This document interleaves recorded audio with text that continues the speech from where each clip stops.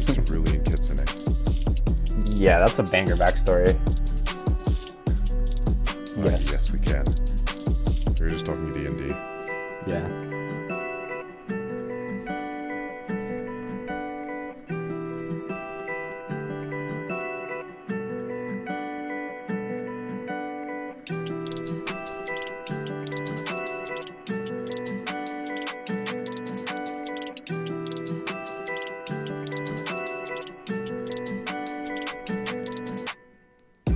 Wait, no, which one you said Zon? Yeah, as you said Zon. Okay. You're fine. It's that type of the day, don't worry. 1, 2, 3, 4, 5, 6, 7, 8, 9, 10. 1, 2, 3, 4, 5, 6, 7, 8, 9, 10. 1, 2, 3, 4, 5, 6, 7, 8, 9, 10. 1, 2, 3, 4, 5, 6, 7, 8, 9, 10. Yeah. I think it's the same as last time, right? Should be, yeah. I am.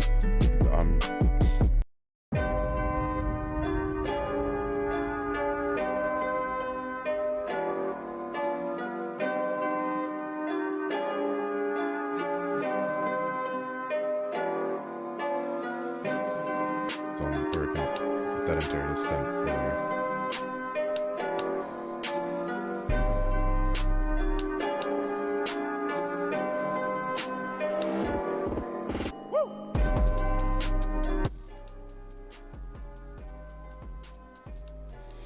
Hey, yo, how are we doing today?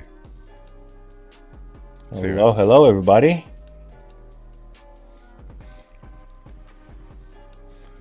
Right. We are here today for this gorgeous game of CCL versus Pessimistic. The Canada Cream, what is it? Canada Cream Leg. Wanted to make sure I got that right. Yeah, that is correct. The Canada Cream Lake team against our returning squad from last season, Optimistic, now known as Pessimistic. I love the name change. Yeah, I know, it's pretty on brand. I love the move season to season, keeping a very similar roster, keeping players back in from last season. One of, I believe, 5 returning teams that we have this season.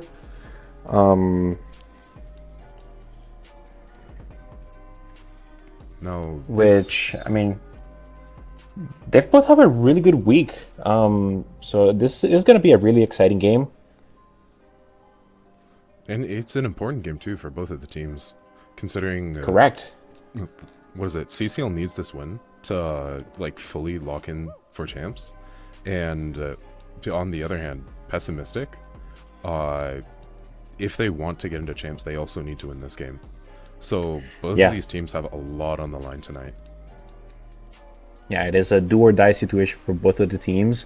One of them fighting for their righteous spot at the top. One of them fighting to even have a shot at the top. So we're going to have a very fun game in our hands. Both of these teams coming off a hot streak. They've had a really, really good week. And I'm looking forward to what games they're going to bring to us today. Now, if I remember correctly, CCL did have a little bit of a rough last week, but they did start off, I believe it was yesterday, they 2-0'd against TGRM.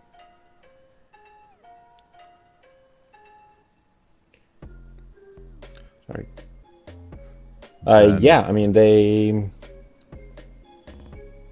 2-0 against Team Grimoire, which, I mean, has been a strong team this season. The free agent team coming in hot into the season. They have found some very solid opposition against CCL last night, getting CCL getting a 2-0 victory over them. But I mean, they're not the only ones that are in a hot streak this weekend, are they? True, since Pessimistic defeated the undefeated Unguardable. Yeah, and I guess the Unguardable can be guarded after all, with Pessimistic a huge win against them. They're both coming off a high. Yeah, exactly. So both victories 2-0 for the teams that we're going to watch play today. So both teams coming up on high momentum.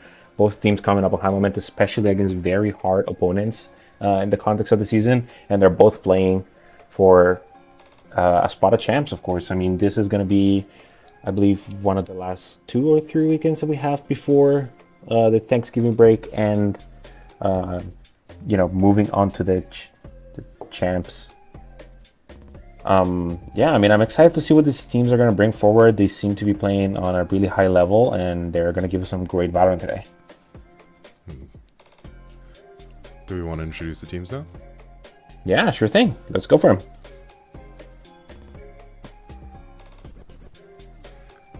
So for Canada Cream Leg, we have Gage, the Resident Immortal. We have Rafi as their Ascendant player.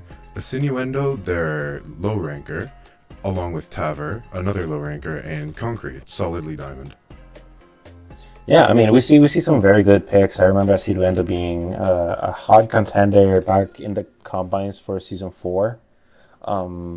We also saw Taver has been a high value pick as well. So I have high hopes for this team. They have been playing well recently, and I am looking forward for them, actually showing up what they're capable of. See if they can secure that champ spot early without having to depend on the other teams. Yeah. And having played with both Gage Barry Maxers, RIP, Taver is an incredibly undervalued player. That bro is insane. Yeah, I remember him having some huge plays and huge rounds overall. I mean, same can be said for Siduenda though. He flies under the radar because of the lower rank, but he definitely is one of the players to watch for. He'll pull a couple of rounds when you least expect it. Understandably, yeah. I'm just curious if they're gonna adopt last season's motto of Gage Go Kill as well. Because I remember that was half of Blueberry Maxer strats, just Gage Go Kill. Yeah, I mean, this team is a team that is set up to be extremely aggressive with Gage. I keep messing up. I've been playing with this guy for Valorant for about a year, and I still cannot get his name right. It's like the reason that evades me. But knowing Darius's coaching and having the 3 higher elo players on this team, they are just gonna dog key and try to steamroll any team they face. That is very much of the signature style of this team. And I'm excited to see what W Gaming Valorant are going to show us today. I mean, if Pessimistic guarded Unguardable, then do you think they're going to guard against this aggressive play? I mean, it's a tall order. I mean, guarding this is trying to guard a Steve Curry from the 3 line. Like, it's not going to be easy. So, I mean, I'm looking forward to it. I mean, if they could guard, the team that is at the top right now, they can surely try and guard them. I cannot speak for Unguardable's style, but knowing some of the players in there, I sure see some solid hero plays coming up. I mean, Unguardable is one of the 3 teams that is already locked into champs, so it is really good that they have managed to beat him. And I mean, I don't know. I'm excited about this. We have a very strong contest. Again, they're both coming off a high, and it's very possible that either of these teams can take us to a map 3, and either of these teams can take the map win. Understandable, yeah. No, and I mean, of course, we also go on. Sorry. Oh, it's fine. You go. Yeah, I mean, we also have. Of course, we have to see the other side of the picture. The team that they are facing is going to be Pessimistic, who, as we said before, we have some of the players returning from the previous roster.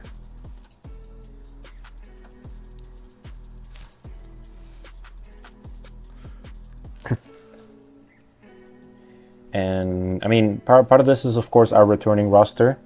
With BG Frog and Steegenius being part of the original team. Pixel Alchemist also from the original team. So they have kept the core about, and this is the you're only as good as your weakest link approach to the Underpeel compared to the opposing team, where you have a combination of like Diamond and Ascendant players trying to make sure that they're all on the same page, trying to make sure that they are all at a decent level. I mean, we saw this strategy work really well for last season's champions MVT. Pretty much the lowest ranked player was Diamond 1 at sign up. So, I mean, this is a proven team composition, and we're going to see how they fare well today. I mean, they certainly did well yesterday, and I'm hoping that they're going to do today as well. I'm really hoping for a banger matchup between these two teams. Real. Now, I do believe Bubblegum Frog is being subbed out for Loris, and Just Red Pal is being subbed out for Radar for today's match. Yes. So we do have two subs on the side of Pessimistic. We have, of course, the XC10 fraud controller Loris. He's shown himself to be capable of playing some really decent level Valorant. So, I mean, of course, as we have seen before, team chemistry can make or break a team. So having that, it's not as much about how much of a fraud Loris is, but as much about how well he can integrate into the team. So, I mean, we'll see during the clear comms rounds how well these players are managing to integrate and making Pessimistic, an optimistic success. Yeah. Now, I've noticed there are a lot more coaches this season than last season.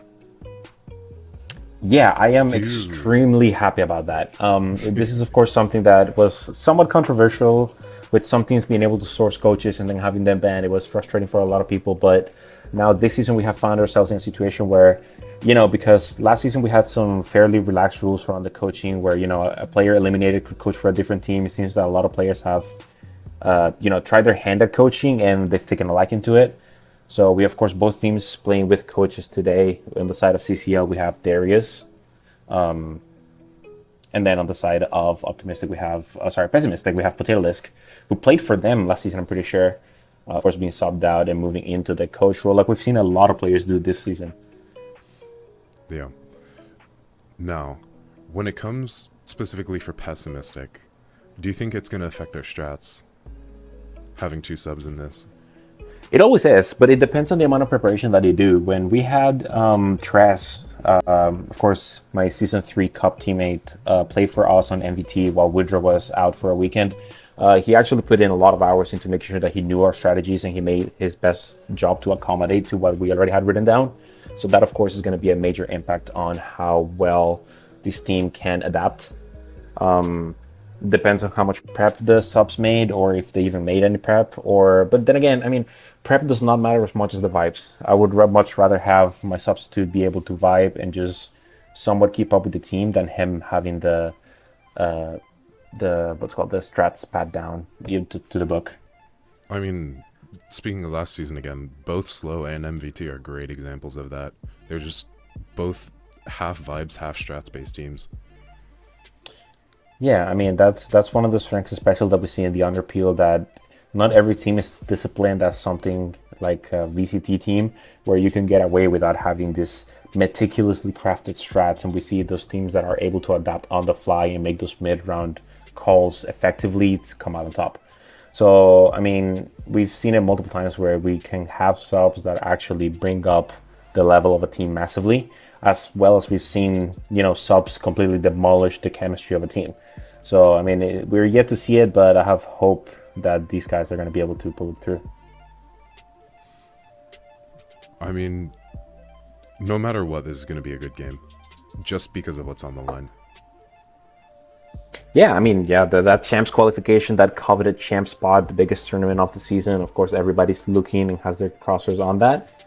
And I mean, we'll see who comes out on top. This is going to be a very exciting matchup. Crosshairs. Yeah, I mean, we'll see. We'll see if we see some dot crosser supremacy or if we see some actual crossers going around. Do you think we're gonna see any silly crosshairs? Because I remember, dude. Unfortunately, we haven't seen any silly crosshairs yet this season. I don't think. I don't remember if we saw any last season, but then again, last season was fairly busy with actually playing that. A lot of times I didn't get to see other people's crosshairs. That's true, yeah. Yeah, I mean, I don't think I did, but I know I have a couple silly crosshairs on my saved ones that I could have used. But I mean, it's a little bit of everything, right? We see a lot of regular crosshairs. We also see a lot of dots. Are you 1-2? Everybody has. Sorry. Are you a 1-2-1 supremacist? Or I should say 1-2-1-2. See, I think I am. It's my favorite crosshair. It's either that one or a big fat one right in the middle of my screen. If you cannot see the head, there's a chance you hit him, right? Well, okay, actually no. There are 3 crosshairs that I go in between. It's either the 1-2-1-2, the big crosshair, or I go with like this big dot crosshair where it's by no means a small dot. It's I don't know. It's about the same size as like a 1-2-1-2 crosshair, but it's just I know what you're talking about. Yeah. I don't know. I just tap heads with that. I've done some very small crosshairs, but I also like to play with the colors. A lot of my crosshairs are not a standard color. But enough about the crosshair yap. I think we can move on to looking into this actual game. We have got the pick bands come in. We can actually see what we're gonna be here, and of course, our first map is gonna be Bind. Pessimistic having, of course, the higher seed, the band split first, and kind of Cream Lake binding the beloved map that I wanted to see. I really want to see some of these teams flip Pearl.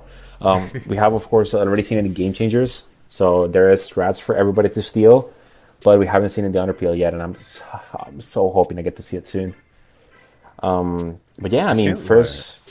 Bind is an interesting pick, because I feel like a lot of Underpeel teams just completely avoid Bind.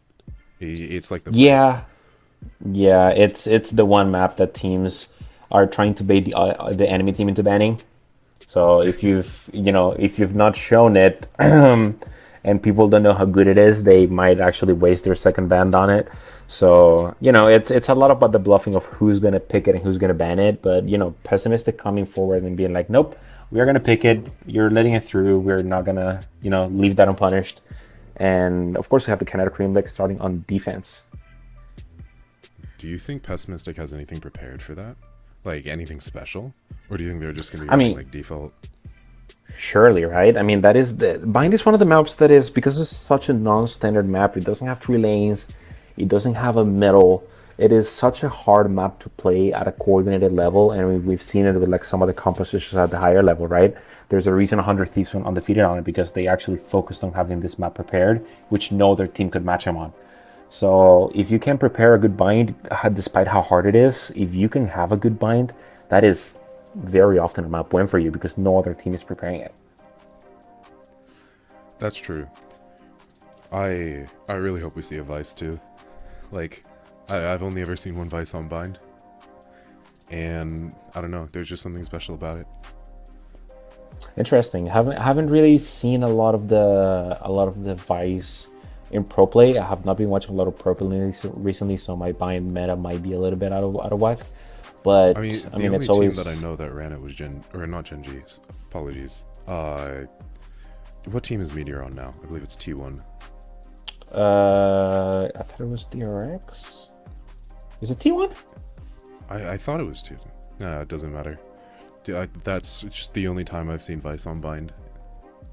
Yeah, but then of course there are always like off-season tournaments where they're trying to get they're trying to get maybe handshaking with some of the enemy teams, trying to like not show everything they have. So, I mean, for all I know, it could be a very, very, very good pick, and we just haven't seen it executed properly. But I mean, true.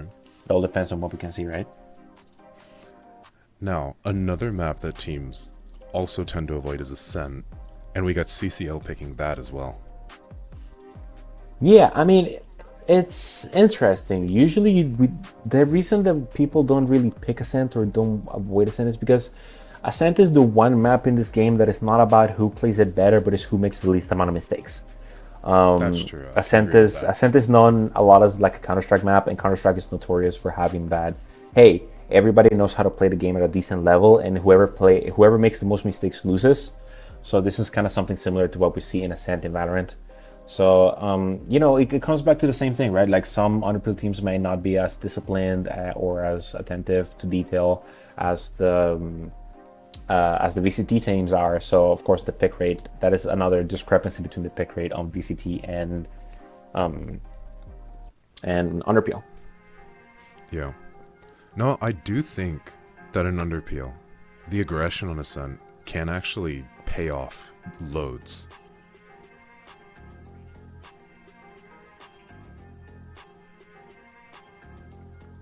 So, apparently one of the players for CCL is unavailable to play anymore, so we have an emergency sub from one of our observers.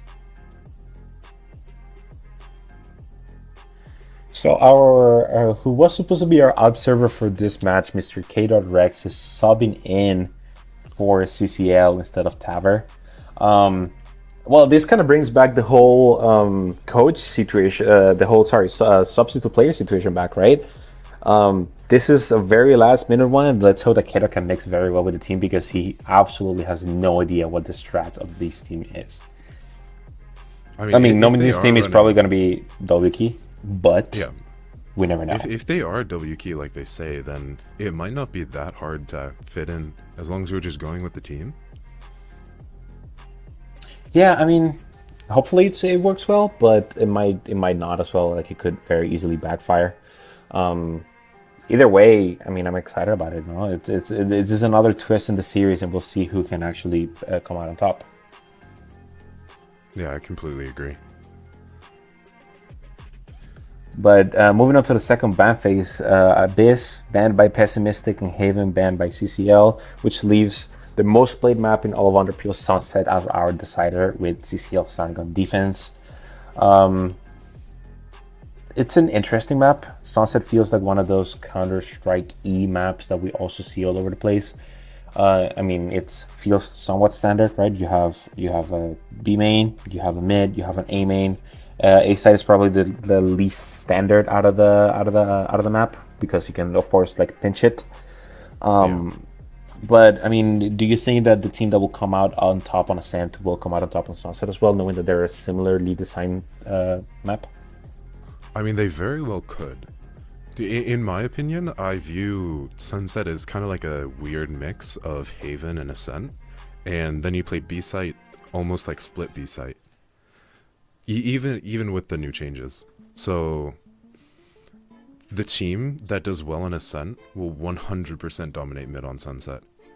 But yeah, I mean that's a very, very strong point of contention on that map, right? Yeah.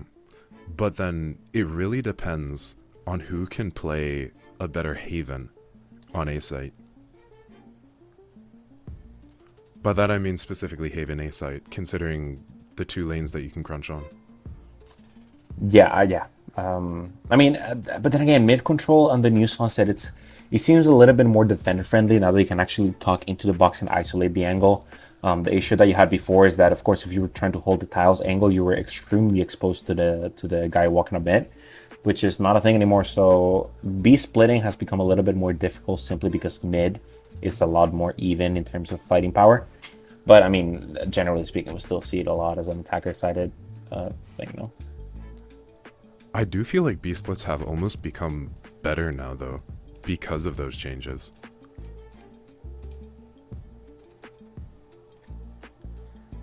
I mean, yeah. I mean, I personally like a lot of the changes to Sunset. I mean, of course, it doesn't fix all of the problems with the map, but it does fix a couple of the major ones. You're not forced to actually having to play offside on Bs. Like, it's still viable, but it's not as mandatory as it used to be, which is a very, very good thing.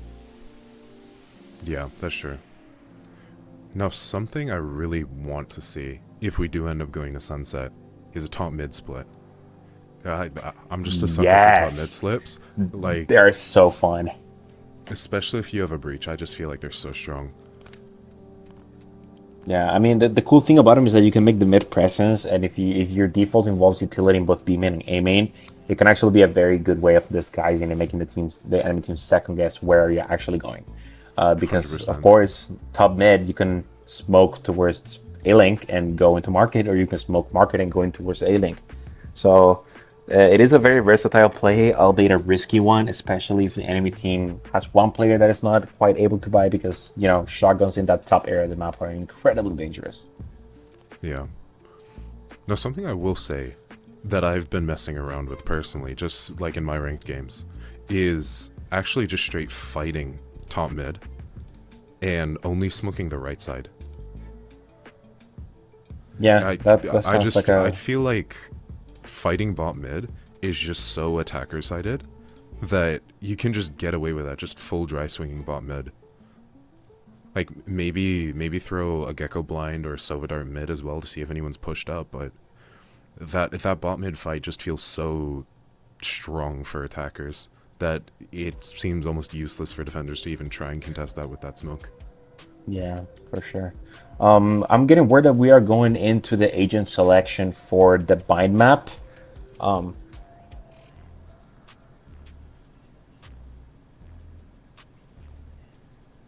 mhm.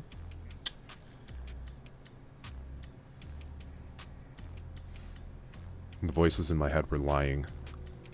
Yeah, that I'm actually wrong. They said that Sierra has another little voice in his head that's telling him the wrong things. Yeah, I mean, I get that too often. Sometimes I think I should just get a coffee and that'll fix it. But yeah, I mean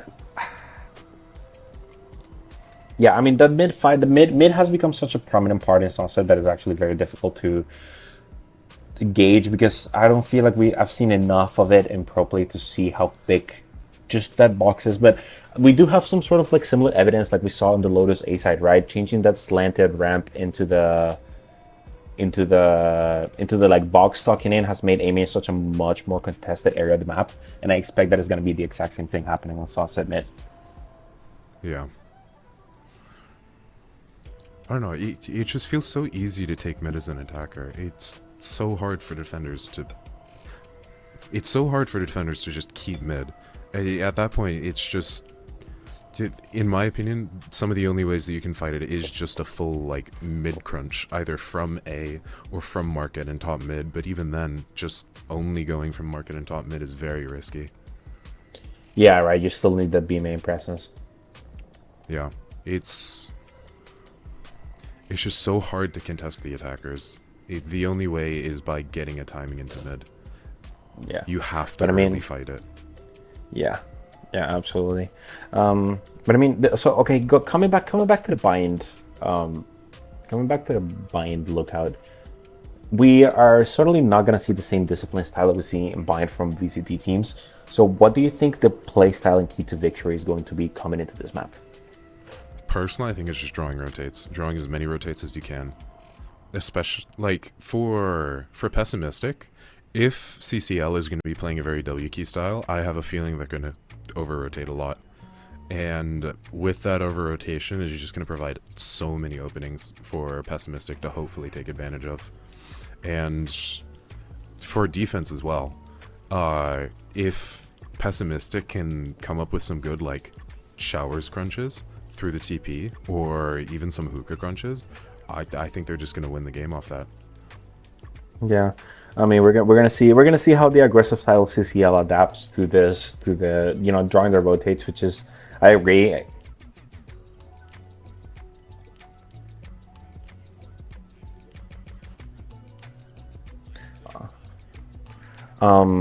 Yeah, I mean we okay, now we're actually into the pick bands for pick bands. What is this? League of Legends? Sorry, Agent Select for the mind map, and of course we have Team Nob and Team Nip playing today. Oh no, yeah. No, of course, we apologize about that. We didn't have time to change the graphics, so we do have the graphics from yesterday, but this is CCL versus I'm blanking Pessimistic. out. Pessimistic. Thank you. Yeah, I mean we're loading into the map. We see interesting composition from both of the teams. Neither of them are running the standard. I love the double Yoru. I'm so excited for this. Yeah, we have a mirror Yoru matchup coming up into our screens. Yeah, I mean it'll be something for sure. It's okay now. Concrete versus landmines. Who do we think is going to come out on top in this Euro mirror? I do know that Radar is a Yoru main. Concrete, if I remember correctly, Concrete is a little bit more of a flex, so that flex knowledge can come and help with the Yoru, because there are just other plays that you can adapt to. but having a Yoru main on Yoru, on Bind, is just scary. Yeah, Yoru feels a lot like the Shaco of this game, where it's like the guy who's good in Yoru or like knows Yoru like the back of his hand is incredibly strong. But of course, we're going to the start of the round and we see a lot of presence towards Showers. Oh, we see a flash come in, the Yoru fighting alone. And that is the first Yoru falling down. Raider getting picked up immediately with the aggressive push from Canada Cream Legs into the line. Oh, they're crunching the house. Wow. This, you know, suddenly the tables have turned. It's only concrete in the 1v3. Everybody's falling down like flies, leaving the other Yoru alone in this fight. That's gonna be a pop flash, cannot turn it in time. And that's going to be the first round of the way of Pessimistic. And really good first attack despite losing the first blood. They managed to get the crunch on the Pals players. That was such a good crunch from, was it Pessimistic, correct? Yes, correct. Yes. Like, just completely avoiding backside. They had that player outside of Showers still and just full being able to just take advantage of the fact that they're focusing on Showers at that moment. Yeah, I mean, I am very impressed. It was in the blink of an eye, 3 of the players from Canada Cream Legs on the strong side die. Looks And like I was starting to see some slow play. Yeah, but look at the defenders. The defenders are just walking into A link and getting picked off. We have 3K by the Viper C2Endo. Sorry, not C2Endo. Stygien is showing what they're made of. And I mean, again, it might be the anti-eco, but losing 10 seconds to the round is not the way to try and win that round. We do have Concrete hiding into the smoke. They might be able to get something done here, but of course with 4 players into the side, and we get the teleport. One enemy remaining. Yeah, that's gonna be Stygien's on the lurk picking up the 4th kill of the round. Loader's cleaning it up for a clean, flawless round for Pessimistic, going up 2-0 into this game. Unfortunately, no ace. I was hoping a little bit there, I can't lie. Yeah. I saw the push on the minimap and I was really hoping they would get a couple more kills, and they just get immediately shot down by the Ghost. Of course, you know, bonusing that Ghost going 8-1 means that they're only 2 away out from the Viper's Pit. And that means that there is a Vandal full shield on the side of Pessimistic. That's actually 2 of them going against a full light buy into CCL. I mean, honestly, they can just even play this like a gun round. They don't have to play like a bonus anymore. Yeah, those Bulldogs that they forced around before and the Guardian coming in very clutch. And we see a lot of smokes into the same area. The communication from the side of CCL flaking a little bit. As we see the first play coming up from the fade onto, killed through the smoke, and the second one fighting outside of lamps, getting 2 of them. There is a lot of people here into the A side. It's becoming a bloodbath. And we find ourselves in a 2v2 suddenly 20 seconds to the round. This is exactly what we saw in the pre-match, where these teams are going to be extremely aggressive against each other. Gage is only 5 HP though. This is very, very winnable for Pessimistic. And if they convert this bonus, that's another likely 2 rounds going towards Pessimistic. Spike planted. Yeah. One enemy remaining. But the first pick coming up from Country, leaving Radar in a 1v1, but there's a Euro ult already in play. The round 3, and look at the minimap. We see, wait, he's using the spike. Of course, Yoru versus Yoru. We see Concrete coming out on top, getting the defuse for the CCL, and they bring a round into the board, making this map 2-1 so far. Can we get a Yoru counter? How many times do Yorus kill each other? Ooh, that would be interesting. Do we know I what we're feel at like right they now? I won't think be it's fighting. 1. It's 1-0 right now. 1-0.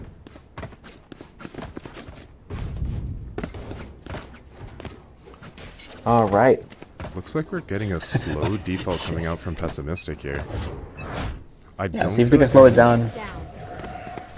They're definitely leaning towards B, but I don't think it's going to be...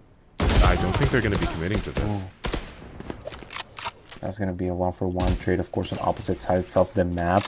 But this is benefiting Pessimistic a lot. There's still 2 Guardians on the side of CCL. They're going to be hard-pressed to actually make this defense work if they don't group up with the gun disadvantage. If they let that Viper get on side with the Viper Spit, this might be another round converted into Pessimistic. But we see exactly what you were talking about earlier. We see these fast rotations coming up on the side of CCL, just dry peeking angles, trying to make some damage. The Viper duel. We get a Viper counter as well. I'm not gonna make him do that into this. But we do see Stygians picking up a single off early into the round. But look at that, Stygians just straight up already into CT. They have full control of the A site. He's gonna get the spike down in a 2v4, and we're gonna see if he doesn't get the orb either. Yeah, Stygians is on for an ace, getting that 3k. Stygians is getting a massive amount of value so far into this game. I was about to say, with all these fast rotations, Stygians is just completely allowed to just work the map for free. Oh, he's on for the ace. He's got a 3. And he gets traded immediately. Rafi denying the ace, getting traded by Parker Mac. So that's, again, a third round going the way of Pessimistic. And a strong start from Stygians on this map, going 10-3 in the first 4 rounds. I'm not gonna lie, if I'm CCL right now, I'm immediately trying to find the Viper and just target them. I want to shut that down. Yeah, they're getting a lot of value, pulling these rotations, and then, you know, Pessimistic is pulling the CCL fast rotations, knowing their aggressive playstyle, and just punishing them for it with Stygians on Blurk. They're lacking a lot of utility because they only have 1 fade, and it's hurting them massively. But it doesn't matter it doesn't matter what utility you have if you're just getting dry strong and killing. And we see the neural theft coming out. It's gonna scan Rafi in the smoke, and it's gonna be a duel versus Cypher match. Oh my God, Rafi gets the kill and gets immediately traded by the Brimstone. Can we get a Brim counter? Oh, that's a messed up nade on the side of the last minute substitute. And they find themselves in a 4v3 retake with the gun disadvantage. It's going to be extremely difficult for them to get, and you see it immediately go down to a 1v4 with a Sheriff. And that's the last picked off. Eco round going, again, the side of Pessimistic, and they have snowballed this lead into a massive economic advantage. I mean, at this rate, I'm not gonna lie, Pessimistic, they just need to keep on doing what they're doing. Like, the Viper is getting insane value off these lurks. They're consistently getting picks, just early, every single time, no matter what happens. I believe there's only 1 round that Pessimistic hasn't gotten the first blood. Are CCL setting up for a Night Seas combo? I would hope so, but there's a lot of resistance on the... There's not a lot of resistance on the A side. Everybody's actually going towards B, and this Fade Eye spots that early, but we don't see the rotations coming out from CCL. We see the strong side being played on B, but they're still not calling the team over. They're still anchoring here, waiting for Stygians to do something. They're slowing down their rotation just to try and catch Stygians off guard. And they do! Absolutely. Gage actually gets Stygians off the board, and this suddenly looks like a very winnable round for Pessimistic without the Viper utility. 100%. I mean, at this point, they even have to just focus on the beaver. Oh, gets caught with the utility hand, but doesn't fall off. Gets picked off through the smoke before it comes down. We see that we start seeing the trades come in. Viper dies, so does the Brims from the attacker team, and we suddenly are in a 4v1 for the side of CCL. This might be their first gaunt round of the game. And yeah, he's just gonna have to sit into this teleporter, try and save that gun into the next round. They have the money. Or not. 30 I might as well go left. for it at this point, right? I mean, yeah, they have the money. The CCL, any of their players die, they're broke. But he's walking into 2 of them, and he gets spotted, gets 1. Is he able to get the second one? Fade Dog coming out, gets fighting, is stalling for his team to come in. 10 seconds onto the clock, gets blinded. There's no way they can win this round, and absolutely the Euro comes from CT, holding the other side to get the pick and make this a 4-2.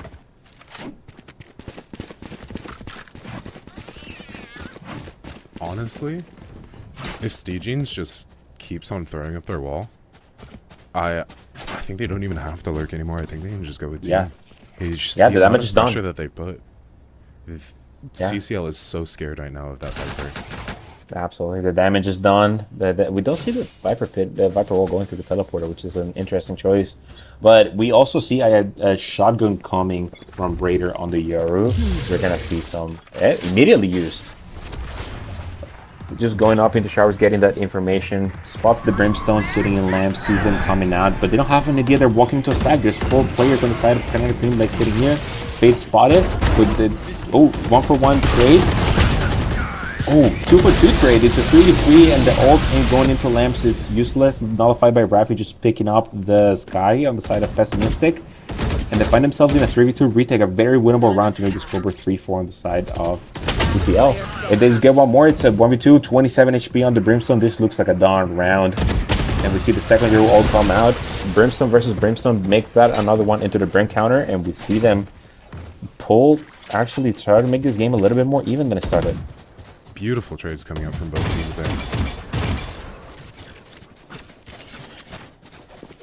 Yeah, a lot of value being brought into those trades. A lot of quick trading into these teams. We never saw more than a 2-player advantage given at a time.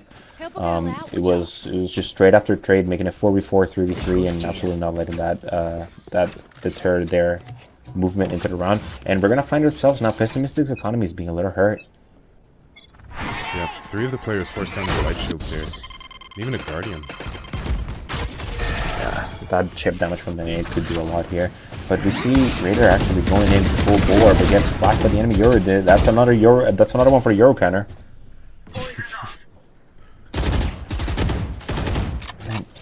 I do think the fundamental difference between the Sky and the Fade is definitely being felt here. But then you're also not in the meta where you... Down you go. It's just... Pessimistic just can't get the same amount of info that CCL can. Yeah. But I mean, we're also not in the meta where Sky could get all that info as well as being a flash initiator, right? So at that point, you just pick the stronger recon initiator. Well, Loaders are getting a lot of value as a substitute player coming in for the side of Pessimistic, actually pushing up and getting these frags. The Brim and the Viper timing. Brim doesn't know. Playing Bring Around the Rosie. This could be a pinch. Oh no! The time he turns around, the second that Stygians pushes up, and Stygians once again catching another player off guard. Left. But Rafi is playing in a forward position, trying to catch Stygians off guard like they were before, but gone out. And it is the kill getting for Rafi, completely catching Stygians with their hands down. But they get immediately traded. And this is just a game of attrition. It's just been trade after trade after trade. If it's not a flawless round, it's coming down to the last second. As we see Concrete getting another pick, turning this round into a 2v2. He's waiting for the Aciduendo to come back in. But we see Rolrus, he has that orbital strike and is waiting outside of showers. Waiting for the trap, not letting it run. Doesn't fall for it. Now they do. He has Molly too. Yeah, he still has Molly. He has a fair amount of soul right now.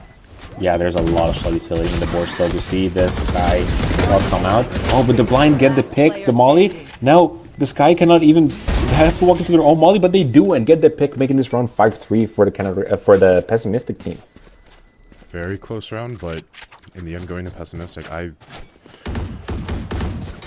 there were just so many times there. I just felt it could go either way.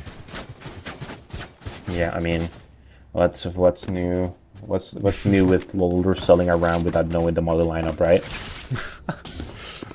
I mean, I'm not gonna lie. You don't even need the Brim lineups anymore. You just point at the ult. You just yeet it. But I mean, we see another Gone Round come up. These teams' economy is so strong that they just keep going Gone Round after Gone Round. And we see a trap play ready in long. The race gets picked up by Stygians, getting once again a lot of value in their own in this A short area. While we see the rest of the team of Pessimistic trying to scout in towards B, they see nobody, but they're stacked towards long. They're facing strong resistance. There is the race falling down on the side of Pessimistic.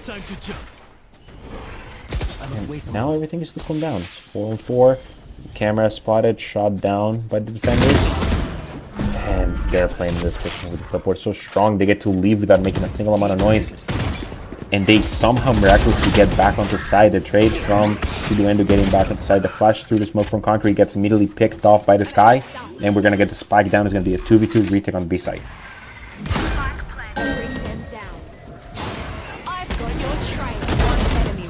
Ult coming out. We see a Molly come out as well. Sky completely blinded.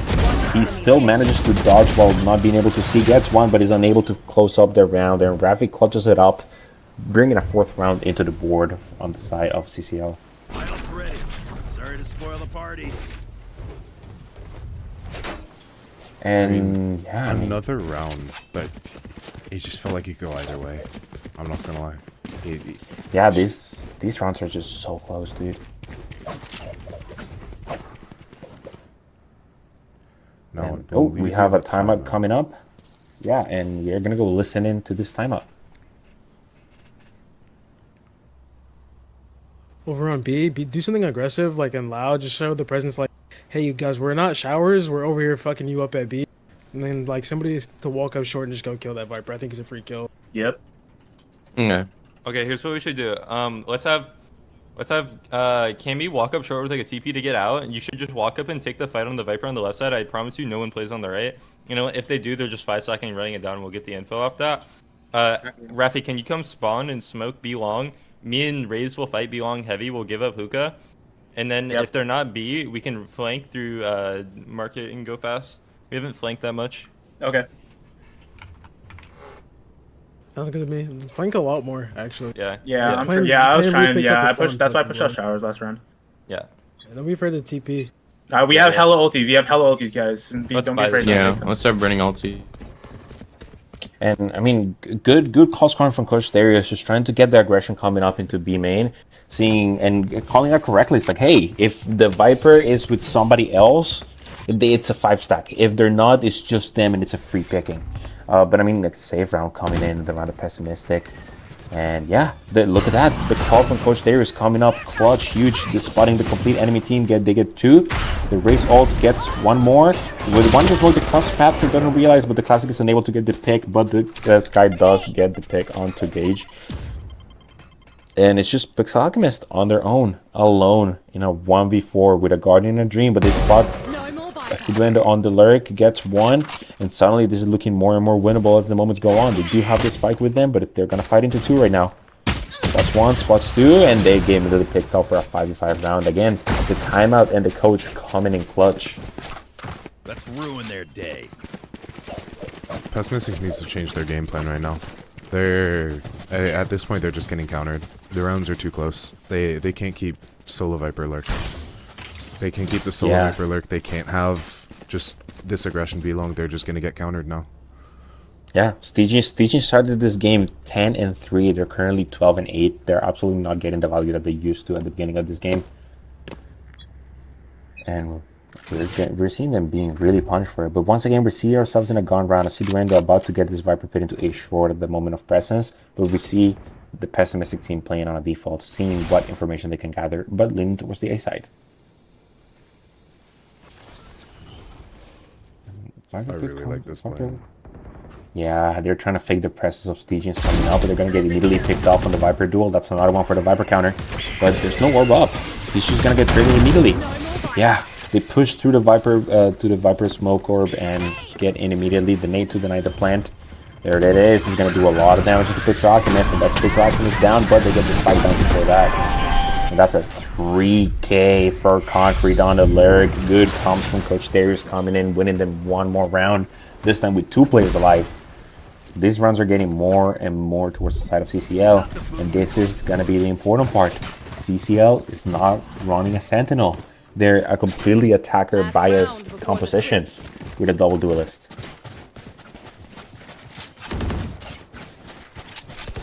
I mean, even then though,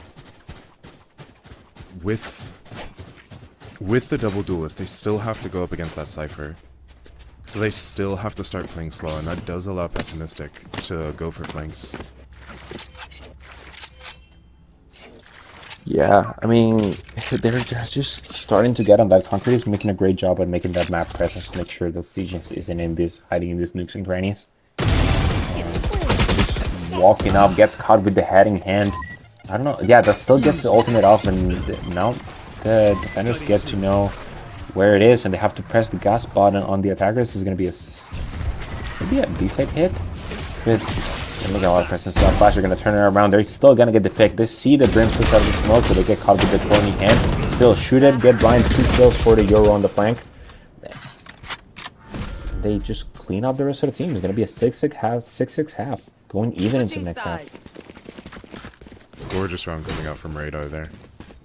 I mean, even after the Cypher ult, I do think that your ult was a fantastic idea from them. Just fully making sure that the defenders have to full clear the site and just completely give it up. Yeah, it's either give it up or die, and we saw what choice they made. But we're seeing them set up again, very similar setup from the Vipers. Put in the lurk wall towards A. Of course, the defense setup is going to be extremely different because of the Cypher that is playing on the side of Pessimistic. But we're seeing a lean towards B from the side of Canada Cream Legs. Do you like this push? They're gonna find head resistance into Hookah. I mean, I think as long as Pessimistic can keep Hookah, it looks like they're just waiting for the Sky Flash. But that Sky Flash is not coming. But yeah, as long as Pessimistic can keep Hookah here, I think they're gonna have an easy retake. Yeah, absolutely. They're just gonna let themselves get smoked off by Rafi and just chilling Hookah until the time comes to burst. But we see the execute coming up. We see the utility calm down, and Aciduendo actually spots Pixel Alchemist, but gets immediately traded by Stygius, getting one more pick for the team. But Native Hookah is going to do a lot of damage. They have to run away from it, but we have a Sky Heal coming up. They're throwing the kitchen sink into Hookah, knowing that there's two players here trying to stop them from being in that good retake position. There's a third plane coming in. The TP is going to be a 3-man retake from Hookah and the rest from CT. They're going to have to fight through a smoke. Of course, they get traded. Ooh, the trade through the smoke. Everybody's coming down. It's going to be 1, 2, 3 kills for the side of Pessimistic. Get alone on one before get the diffuser, doesn't get anybody else. Falls to Stygius and going to be the first round of the half. Once again, Pessimistic with both pistols in this game.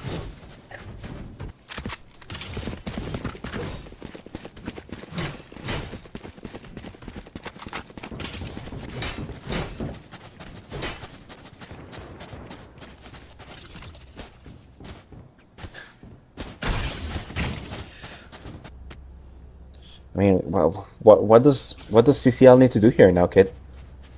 I mean, here, I just think they need to go for as many picks and orbs as they can. They just try and get this ult rolling. If Pessimistic overextends, then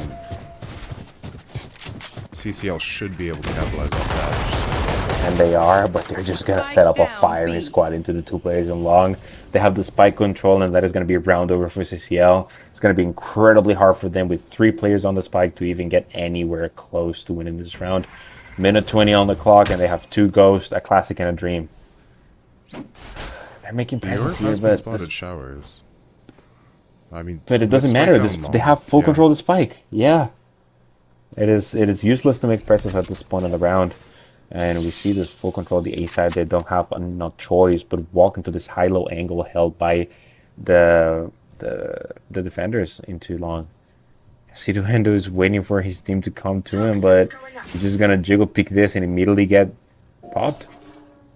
And waiting for the teleporter. 1 pick, 2 picks, 3 picks, and that's just a clean up from Pixel Alchemist.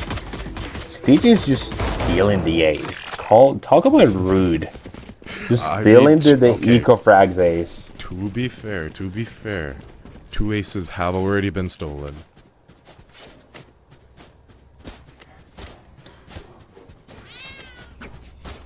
The voices in my head are starting to get mad at me.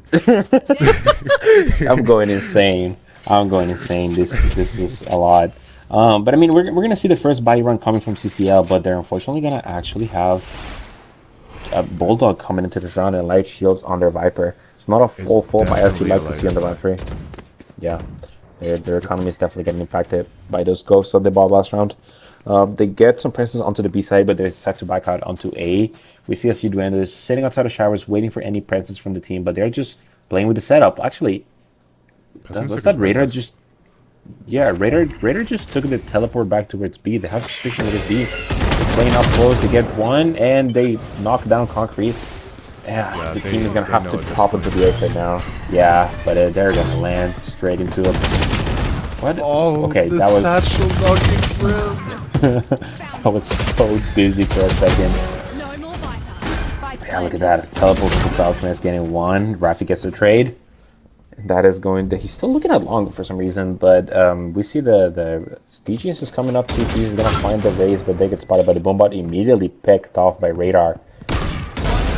Radar with the clone gets killed by full blind by Gage. What a kill!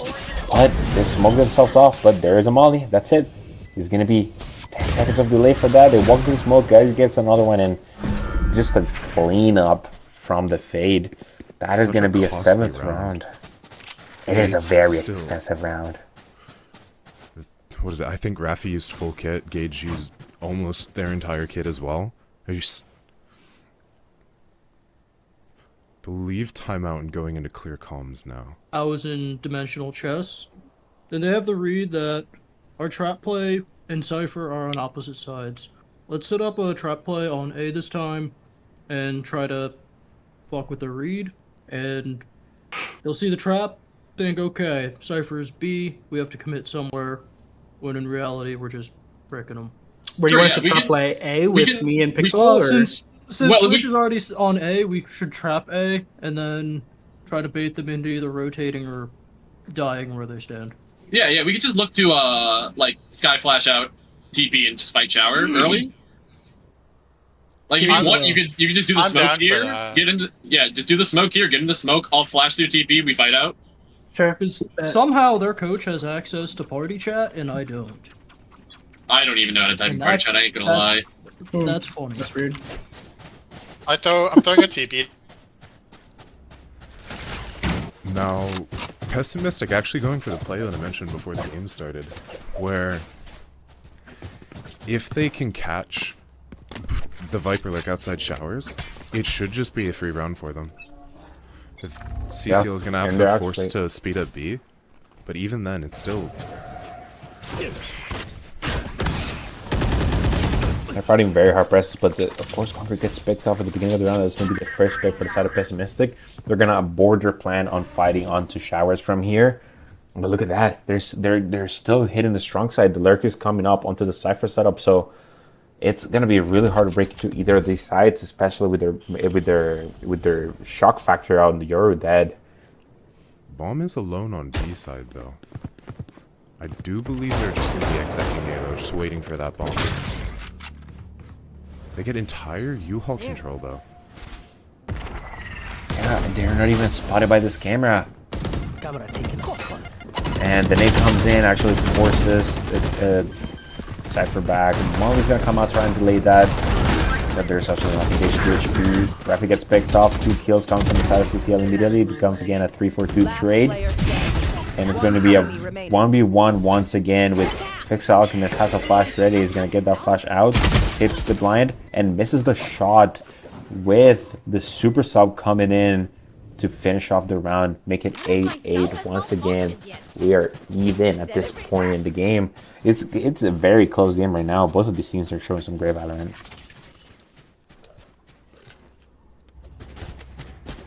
I like how Pessimistic was playing their lives there, but they just gave up too much space at that point.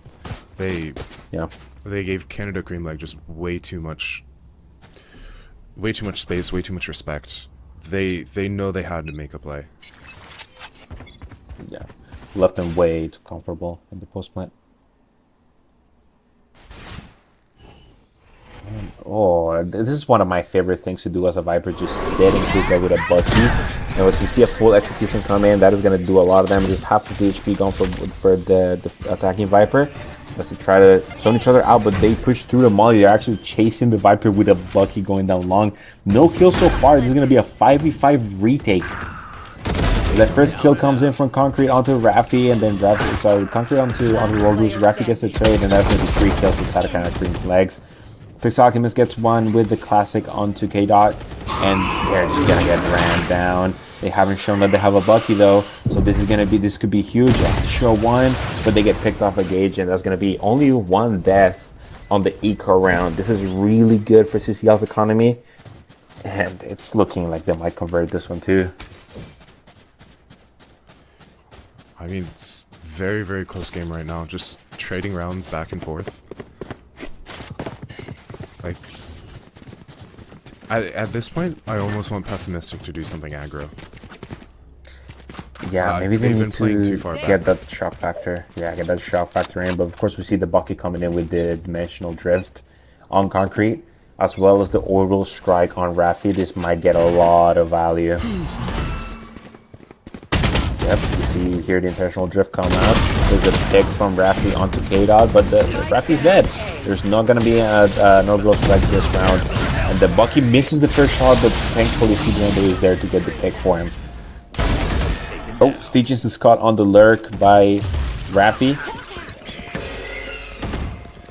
This guy flash out trying to get the pick. Shoots the clone by accident, gets fully blinded. Raffi getting the second kill of the round. And we see the dimensional drift from the defenders come up. See 1, 2 is going to blind and swing. Gets the Viper, gets the second kill of the round. Is going to back out, making this a 2v1. And now Bomb isn't even CCL down is yet. going to have to back out. Yeah, Bomb is not down. Everybody's dead. We've seen 5 ults use this round. And it's going to have to be either a soul read or a miracle for Raider to win this round.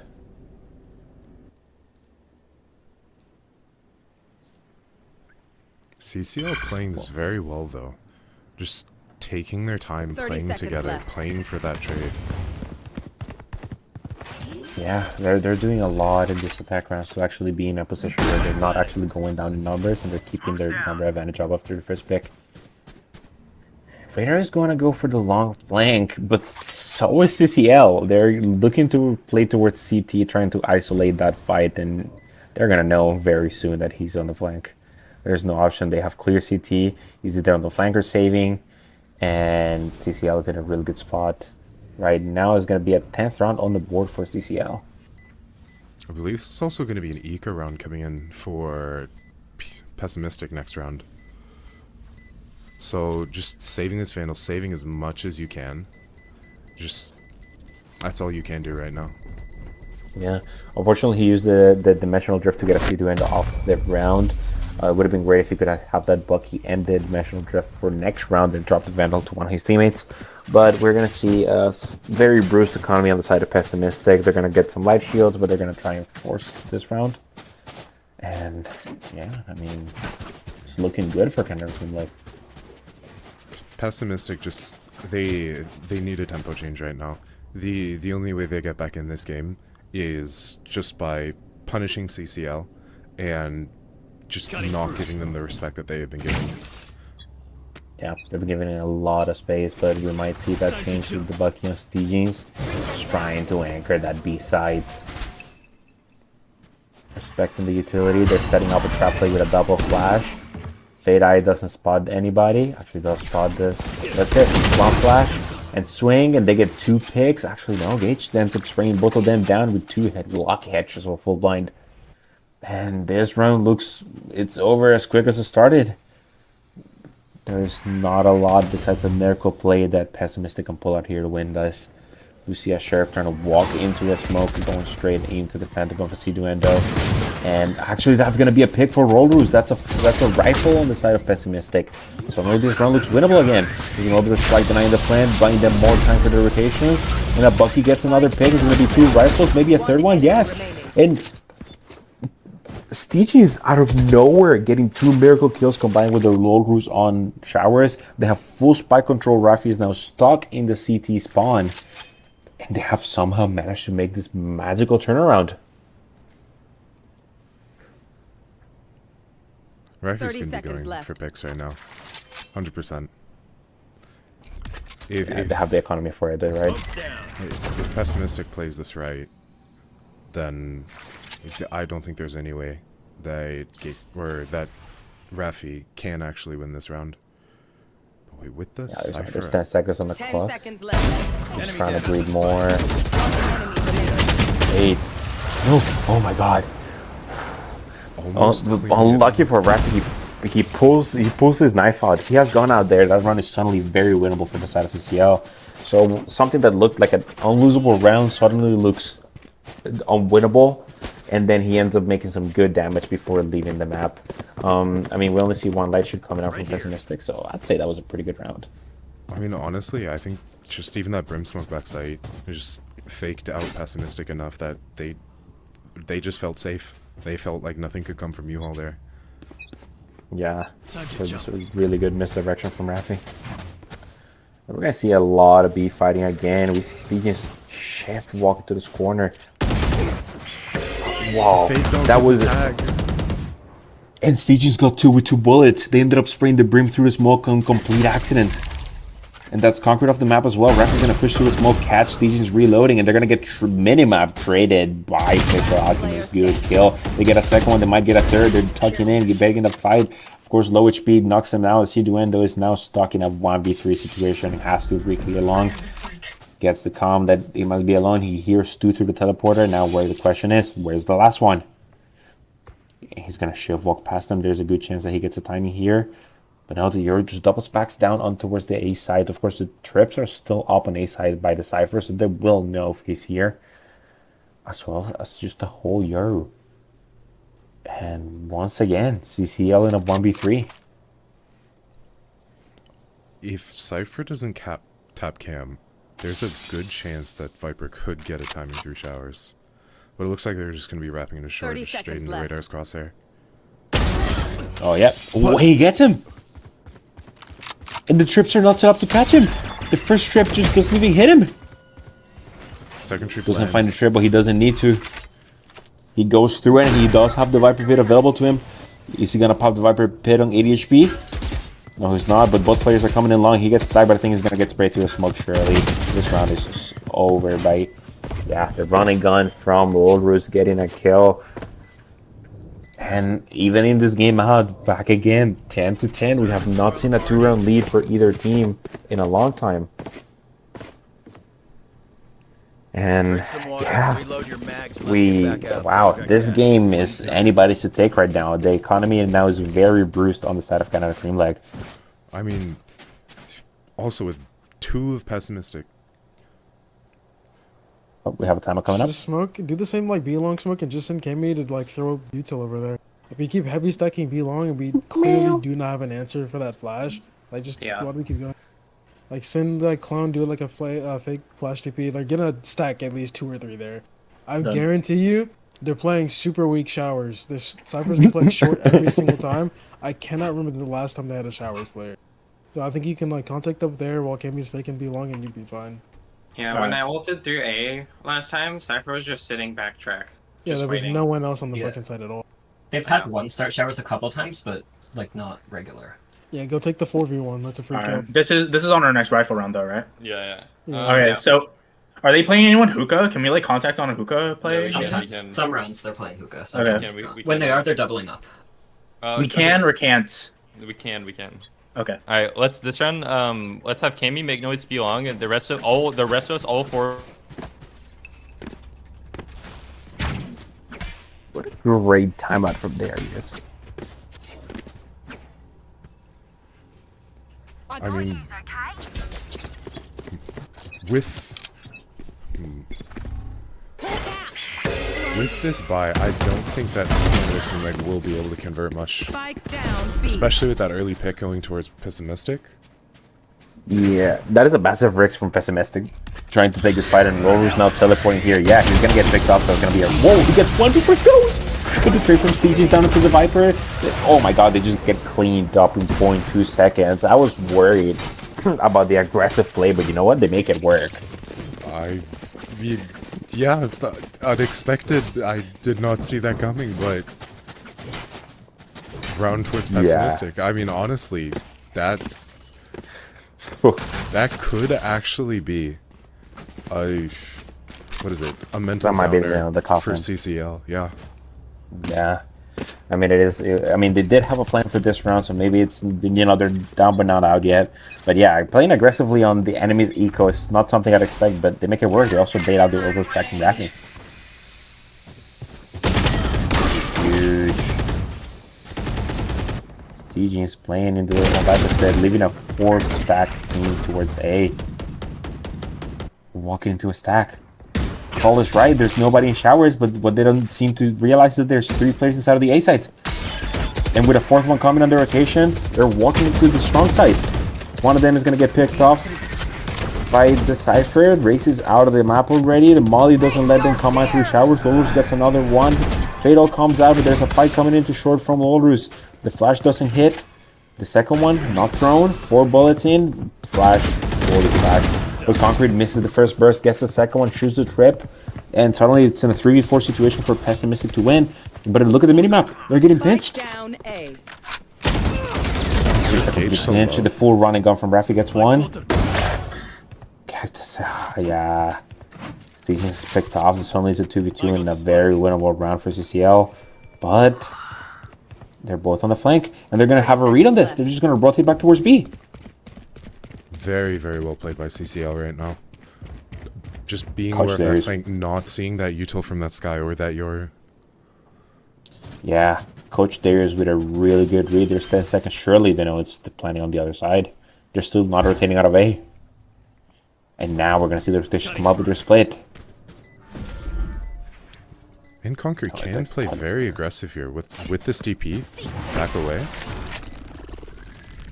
Oh, Yeah, the Cabbage is just going to show where both players are. They have a really nice crossfire setup for that hookah jump, but destroyed by that flash. Concrete is so far from this. They're so far from the action. They get fully blinded. They're going to get in the spike. It's going to be half, but they still have to clear the Euro first.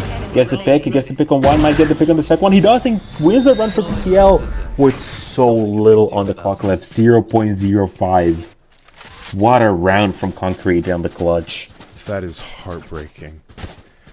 That had to have been like 0.05.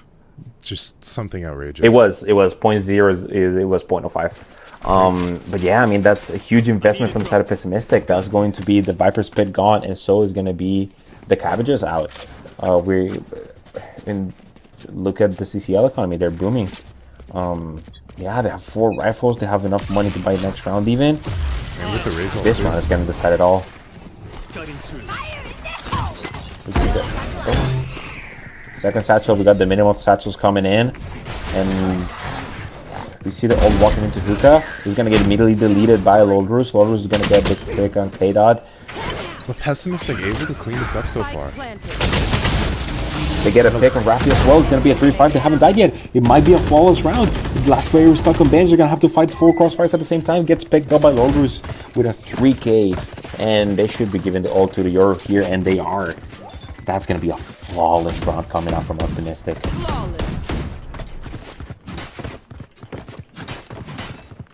They're just the discipline to be able to just give up sight there and play that full retake from Pessimistic.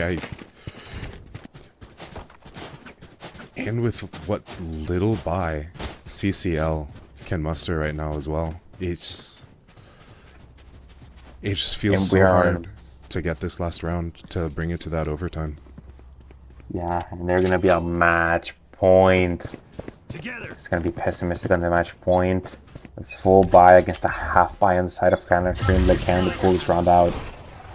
We see an ult immediately coming out from Pessimistic, trying to gather the information that they need. They see Viper, they see Raze, and they even catch the Brimstone. They're gonna flash Brim here. They're gonna come out. Whoa, that is. They don't even have to waste the second teleporter here. The teleporter expires anyway, but yeah, they get a lot of information. They know they're biasing towards A, but they're not calling their rotations, and Euro himself is gonna have to go rotate. Right now, this is the weak side, and they should be one of the trips, making it a weaker side, but the reinforcements are coming in. It's going to become a strong side, and it's going to be a 5v3 fight on the B side. But we see the Canada Cream team we see them bidding fully out their rotations like Pessimistic were doing on their attack half. And it's going to be Spectre shooting up the second trip. There's no trips left on this map, and it's Concrete against the world here. And the rest of the team is going to be a 4v1 on the B site with Stygians. We've seen them come up huge in this game. Can they do it again to defend the site and avoid a retake for Pessimistic? The Euro starts rotating. The team starts getting suspicious to the minimap rotations coming in from the sky. The execute coming out. Nade, eye, backside, nothing. They see absolutely nothing. The fade catches Stygians, but there's nothing yet. Full flash. They get Concrete out of the teleporter, and this is a 5v4 and Concrete, and Stygians is in a great position to make this retake happen. They get one, gets immediately traded on the CT smoke.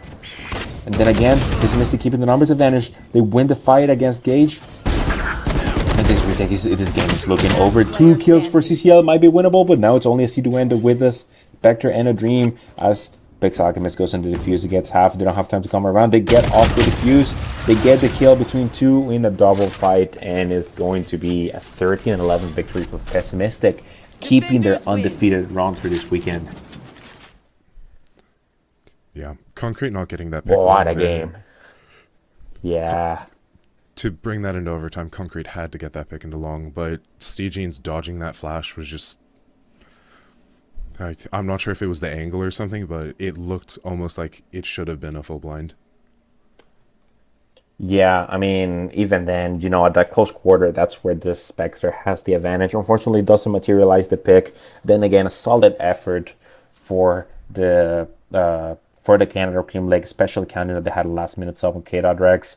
Valiant effort from both of the teams. And Steegens with 8 first bloods.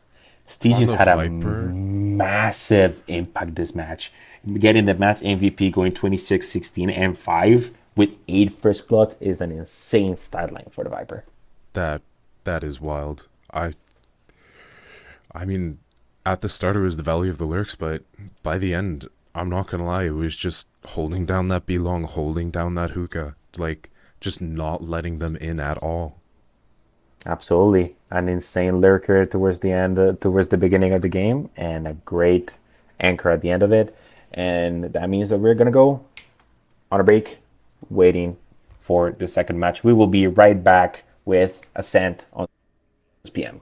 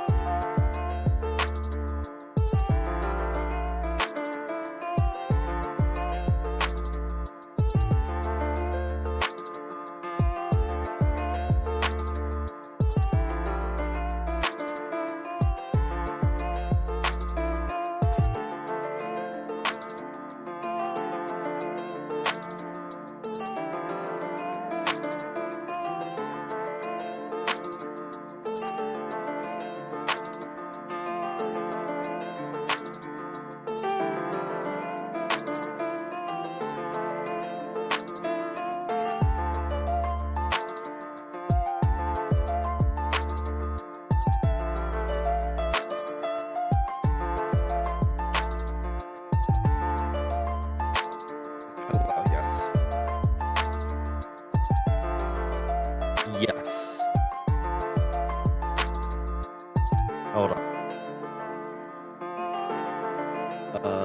Stop that. Start it. Why is it not showing the green screen? Yes.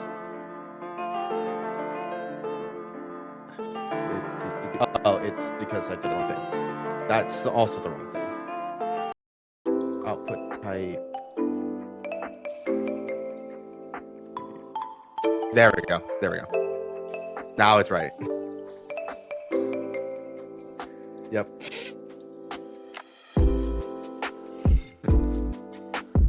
Oh my god. Yep.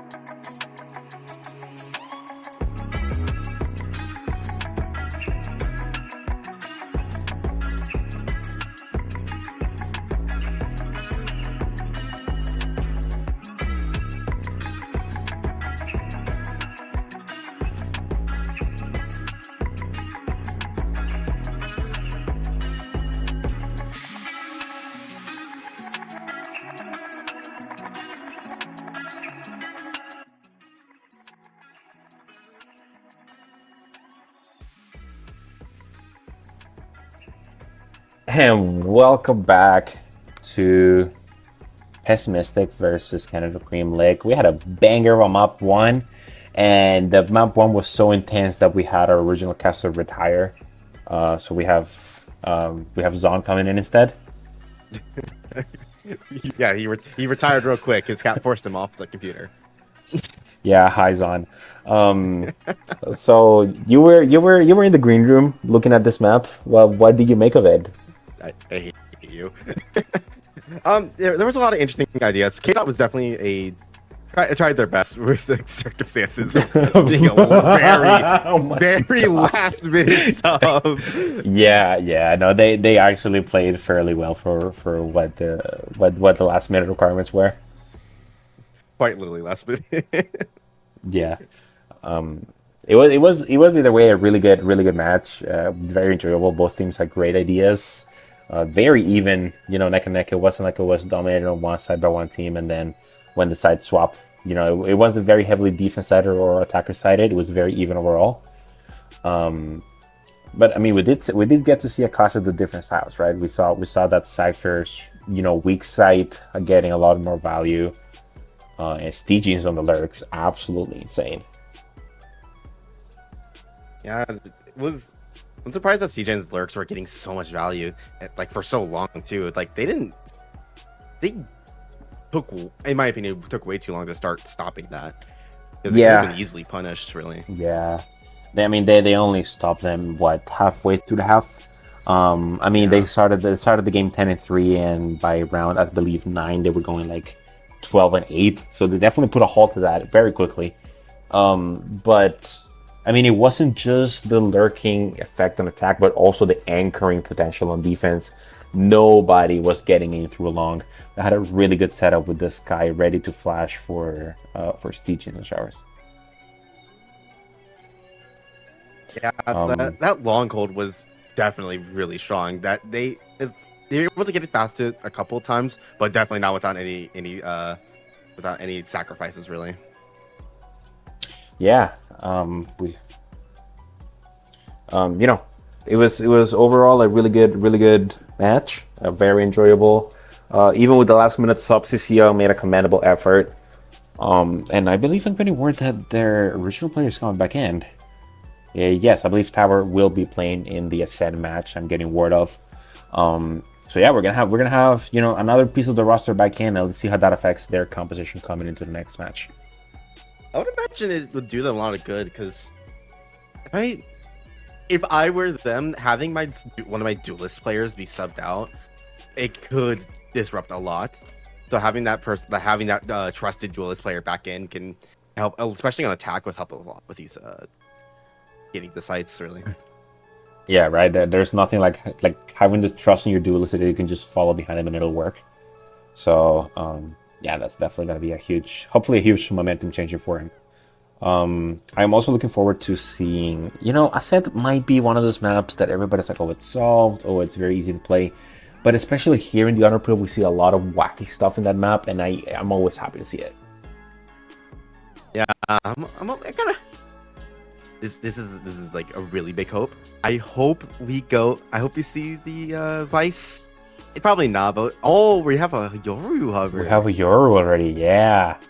Raider, the Yoru main, just picking Yoru, doing Yoru things.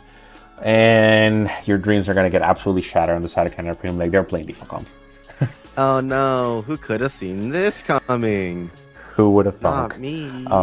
I guess even we fall victims of the default comp. But we do see some wacky stuff every once in a while. Like Yoru is not something that we typically see neither as a main nor as a secondary comp, and we see the instant lock-in from Canada Premium like at the same time, just getting that presence in. There's nothing like seeing the thing go from 0 to 5 immediately. But on the side of Pessimistic, they're pretty much playing default comp except swapping out the Jet for a Yoru. So let's see how they play it. I have hope in them. They've shown that they can play around the Yoru, and they're looking good. Yeah, but I'm mostly concerned about their attack side on Pessimistic. I believe they are starting attack, if I remember correctly, and I would say these side takes could be quite these side takes can be quite blitz. if they don't time their util and their walkouts of main correctly, especially if they're using that Yoru TP in, it can leave the Yoru very, very vulnerable if they just mistime it at all. So I would hope to see that I feel beside like landmines that are playing the Yoru, to make sure that they are using that doing those site takes correctly. Yeah, I mean it's one of those things, right? It is incredibly difficult for even like a Jet player to keep timing with their team. Yoru can get so much further, so much quicker, and they have to be very careful with that timing. That could be either their saving grace or their demise. Yeah, and we're seeing an interesting strat here already. We have the Yoru TP side on A, but he's looking like he wants to do Trials push right here, trying to fight this Jets who is out Cubby with him. Yeah, so you see the rest of Pessimistic just did out of A main. I see what they're going for. They're actually having the Yoru hold the crossfire so that the Cypher can get up close. But this might be a 2v2 fight, and yep, we see the first kill coming up from Gage onto Mac, and that's gonna be the first blood of the game. They're walking to the 3-player side. They get mollied, smoked off. They get absolutely picked out immediately. That's gonna be 3-4 kills. One more to make it a flawless on the side of CCL. And they're not overheating. They're just letting him walk into their crosser Pixel Alchemist with a lonely ghost and nothing else onto their name. Just 2 shock darts that goes in a dream to go against 5. Yeah, this is good discipline coming out from CCL. Not even giving him the one. They're just slowly backing off, making sure they travel as a group, except for Yoso over there, allowing him to just get that pick. Ooh, the armor.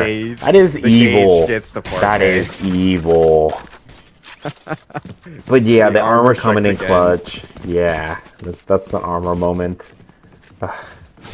You know, as an Omen player, I get it because you buy only you buy smoke blind armor, but God, I hate seeing it happen.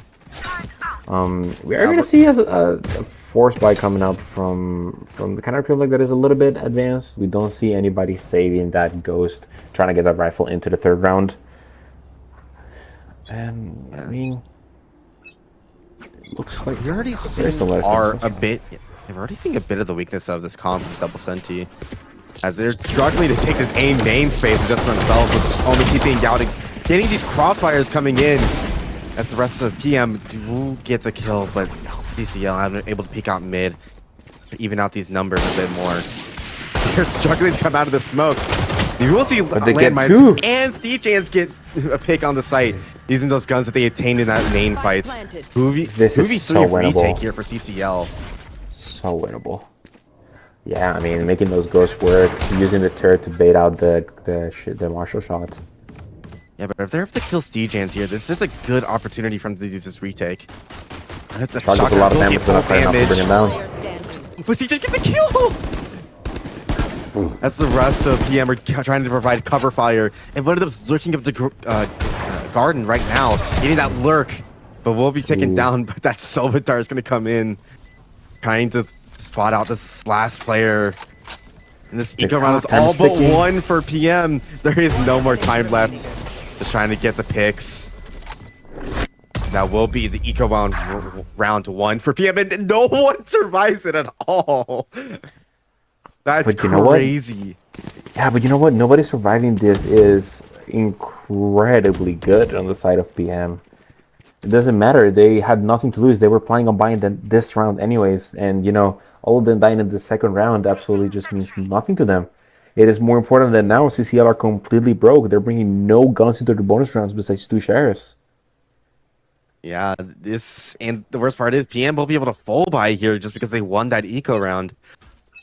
If you want to see that same-ish strat from round 1, Yoru is doing that lurk play here with the TP set on A. Yeah, it seems to be part of their default. And they did take that A space, but the Yoru does kills, I can't see his name, kills the enemy KJ on the CCL. It will free up all of B sides, but they still need to clear it. They will take that time to start running over with the knives out. As landmines just gets onto the site, closes that door. Now they know that this guy is completely free. Yeah, we'll see this 4v4 retake. Interesting plan, considering they have the full side. They're planning on the safe spot. He's gonna play an off angle on top of the box. And I mean, there is a rifle on the retake on the side of CCL, but what else can they do about it? Right, that's the only real piece of utility they have. Yeah, they have to make do with what they have. The TM is giving them almost nothing here. Big Blackness will be able to get that trade off with the Cypher trip then on CT entrance. As the rest of them trying to come out the site, we'll take some chip damage from that dark dart. As they will try to blind and come out of A main. Great. The rest of them try to get on the site, but there's no time left. At this point, they're just trying to get as many kills as possible. Loris and Landmines are the only ones left. While Gage will fall to the spike. Loris will get that kill. And that was a good round coming out from PM. Just overall, that Yord Lurk is getting so much value already. Just being able to teleport back. And but that's very expensive. Yeah, we're gonna see how they come. I can sub ult with it. I can sub ult with it. Somebody else take spike. Do we wanna blind into this B main? So yes, because I saw the setup. The KJ is set up on B. Yeah, I'm done. I'm gonna smoke market. Rush. Okay. They saw me. Dart saw 3. Dart saw 3. Yeah. Get orb and then let's reset. Okay. Killjoy's sofa, I believe. B. Yeah, got a warp. KO knife. Up mid. KO knife from cat. Start leaving.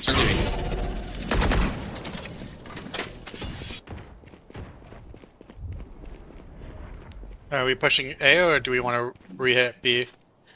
Go to A. No. Walk up. Almost pushed up. Nice. One more. Come in. We're back towards A main. Hopping tree.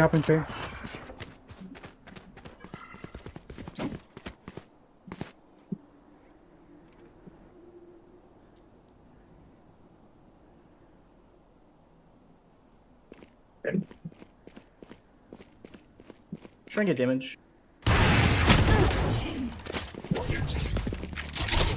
In front of the cage. Oh, nice. Good try. Alright, so they're beginning to flank out fast. Yeah, they're an aggressive team. We have to default. Against these guys. Oh no, but here we don't debug. Yeah, we already see CCL adapting to that Yoru Lurk. Just able to pick him up super early. There's a great read already. Yeah, that operator coming out of the round 3, in the round 4, it's filthy work from the side of CCL. But yeah, I mean, now PM is forced back into a round, and this looks like last game all over again, just neck and neck coming into the 5th round. We will see PM to stretch up their strat completely here. For a head, like a slow retake. All the rest of them are just slow, those that are trying to slowly take both sides here. They will have that knife tag both Yoru and Cypher. Yeah, I mean, we see a pick up here. Cool. Obi gets a good pick there. No, that's crazy. You'll see that Yoru is coming out, clearing all of that sites in main. The site is completely free. As the rest of PM aren't stepping out into the site already. It's gonna be a wasted Yoru ult, kind of. Oh my god! What? How did that spray get 3? No, that's crazy. That has to be demoralizing. That's no. And the knife tag, no. That's a flawless run going the way of Canada Cream Leg. Wow, the Canadian squad that only has 1 Canadian player is getting destroyed. And the economy is completely snowballing the way of Canada Cream Leg. I mean, they have enough to buy that up again in case they lose this round. Engage are already putting up numbers, going 11-2. This is what happens when you let the Jet player play Jet, right? Just put them on what they're comfortable and they'll, Gage go kill. That's what they're known for, and they're making it work. Yeah, it seems like DM just aren't able to adapt to it at all. With the Yoru trying to peek out, the op shot will miss, but he's too afraid to peek that yet again. We'll see DM try to get this main space, but that Silver Dart is just gonna keep them from Silver Dart and Odin combo, just keeping them from fully taking it, as well as that KJ turret. This is a nasty hold for both mains here. With Rafi trying to peek out of A main, but just a bit off on the crosshair, as I cannot see anything now. Yeah, I thought it was just me. Production issues, people. We love everything. I'm just gonna guess what happened. They're nice graphics driver crash. That's amazing. I'm gonna get here's my guess. They started pushing A main fast off of killing Rafi. They're gonna go into the KO. He's gonna spot them. He's gonna go back to tree, and then spam kill them again through a smoke. That completely bullshit yet again. And run like that. That's my guess. We love prediction issues. We love prediction Give or issues. take. That's kind of what you can expect from that run winning, really. But yeah, I mean, so far a very strong start of the game for CCL. They've done a great job at getting this whole situation started, and they are. I mean, they're getting an advantage that they were not getting the last match. Last match was pessimistic on the up. Now it's CCL on the up, and they might actually take this whole thing into a map 3. Yeah, it seems like that. It looks like they just can't really deal with this op properly. Like honestly, Gage has just been doing so well with it, even with the whiff shots. Just the pressure of the op being there has stopped them from taking so many angles. Like that mid angle, like from Cubby to tiles. Like Gage has been there a couple times now and it's been just shutting them down over and over again. Yeah. The pessimistic default of having the Euro just like make that pressure mid from tiles is getting absolutely punished with his Gage operator sitting in cat. I mean, there's nothing that they can do about it. There is absolutely no choice but to just, let him either walk into your crosshair or just don't do that. And right now, CCL has such a checkmate on the map. But they have the killtree set up on B side along with the Dart and Odin from Taver. They have the operator holding cat and pretty much making full mid control. The only thing missing here is just killtree playing bottom mid, just make sure they kind of walk up onto the Gage operator. But even then, they just have 2 players looking at the main area in A side. Like it's so hard for Pessimistic to get anything done in this map. Yeah, but they do have like the one agent who should be able to deal with it not properly. If they use that, they can start using that your TP and their flashes and the clones like properly.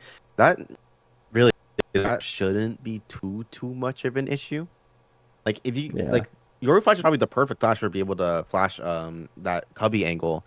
You put it over the breakable wall and tiles, and most of the time the opera won't have enough time to like just peek out of it.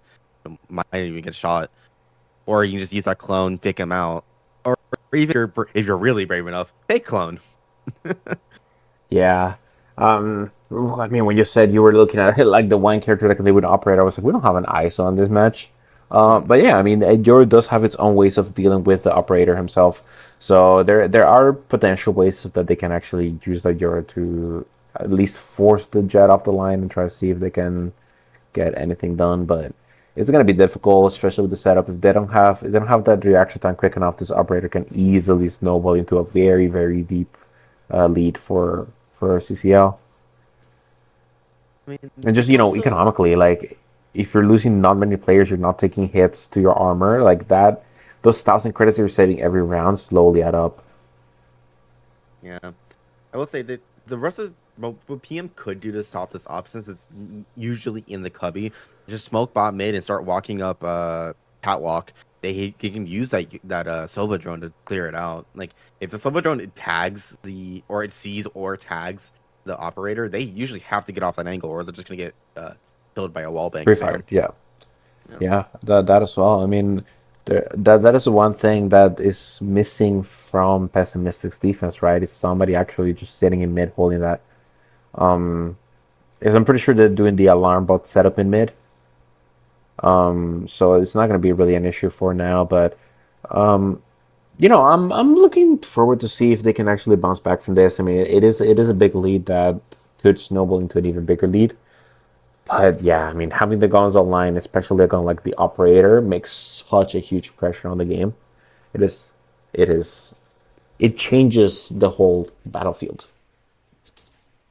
It's not even just the operator. Odin spam on B main is stopping them and doing so much chip damage so far. Like both this round and last round, they just aren't able to get into B main and out of it at all because of the every time combination of the Odin spam.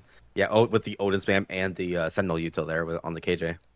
Yeah, every time. B is an impenetrable fortress, and then mid it's being looked at by watchtowers like hawks, and then A side is just people ready to slug it out like gladiators. So overall, a lot of map control from CCL. They're playing this map extremely well to get off the ground running, and if they keep it going, we might actually see a map 3.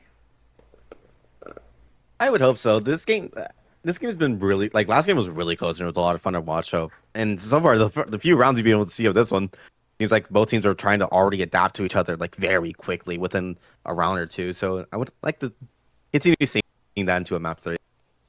Yeah, I mean, we heard it on the clear comms round. The round ended, and the second that they got the last kill, they immediately called out the lurks from the Euro. So they're adapting very quickly, and they're really hungry for this map. They won that champ spot.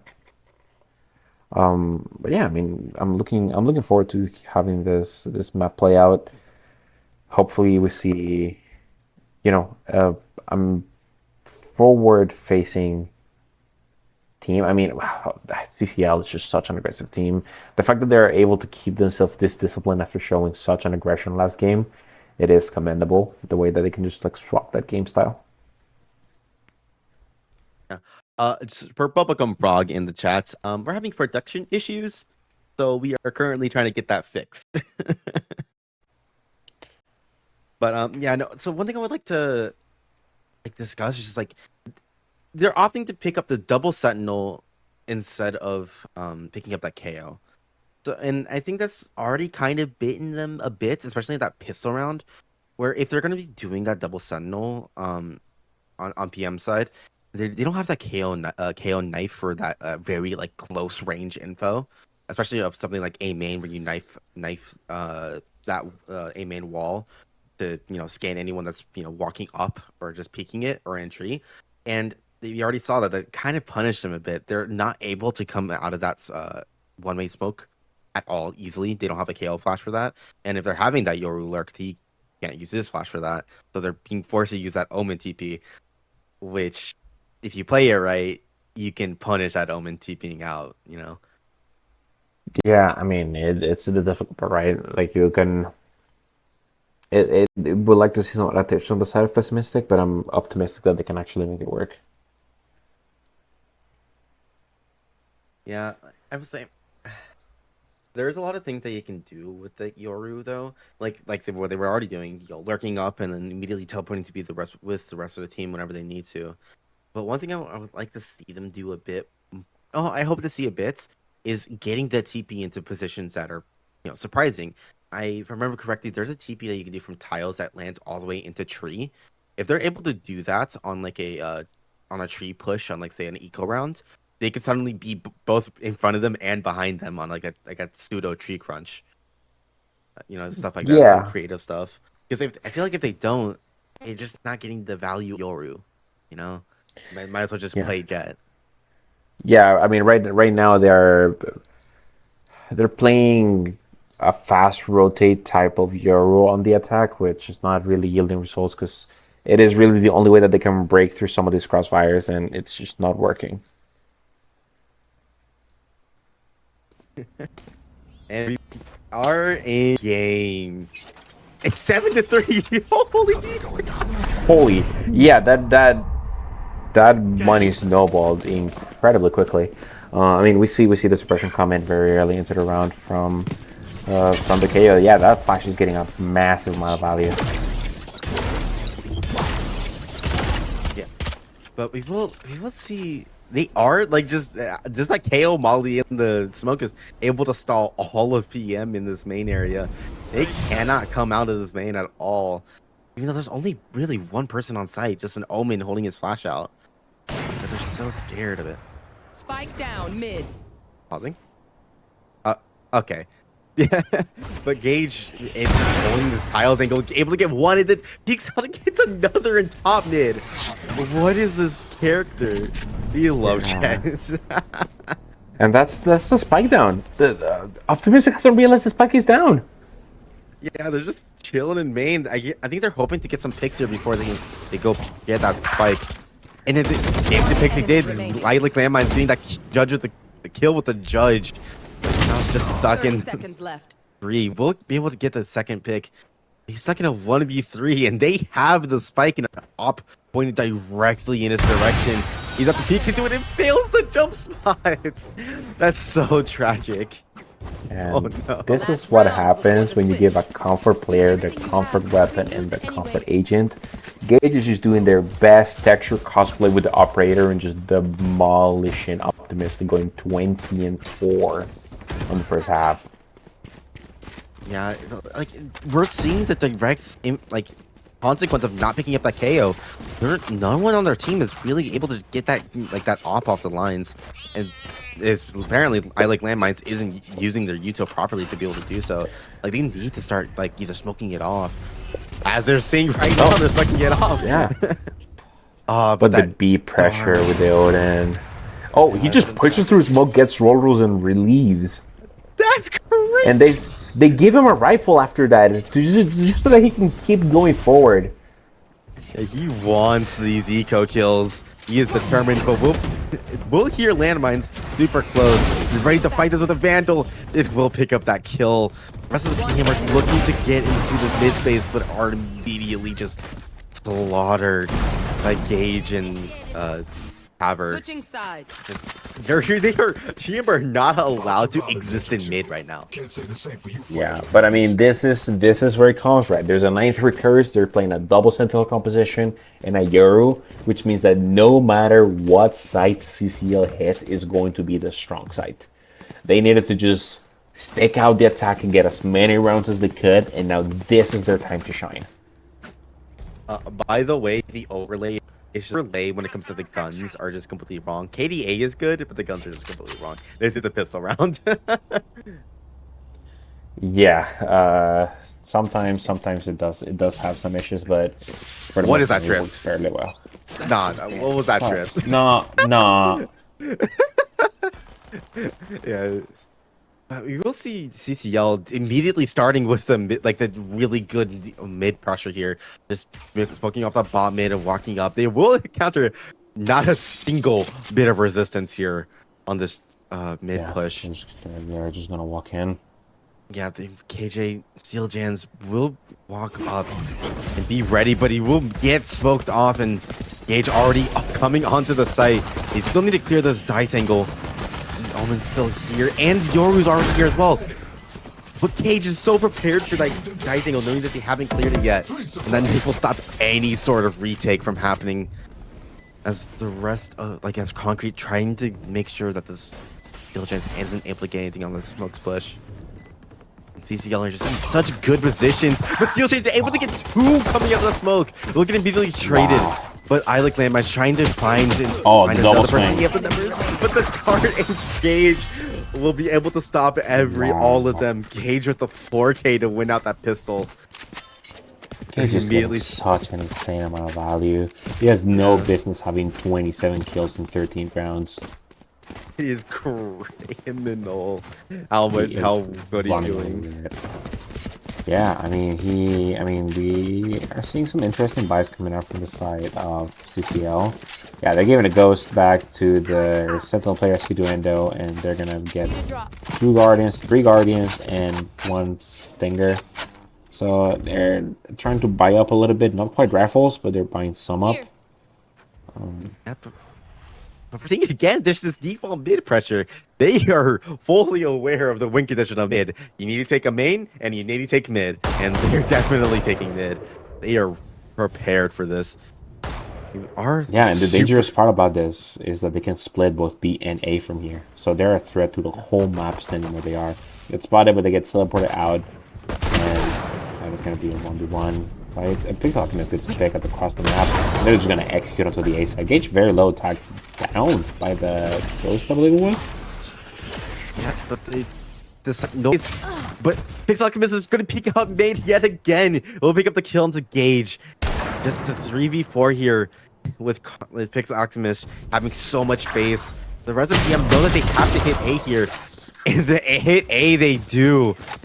As the rest of them, as the rest of CCL just mid and go onto the empty B sites.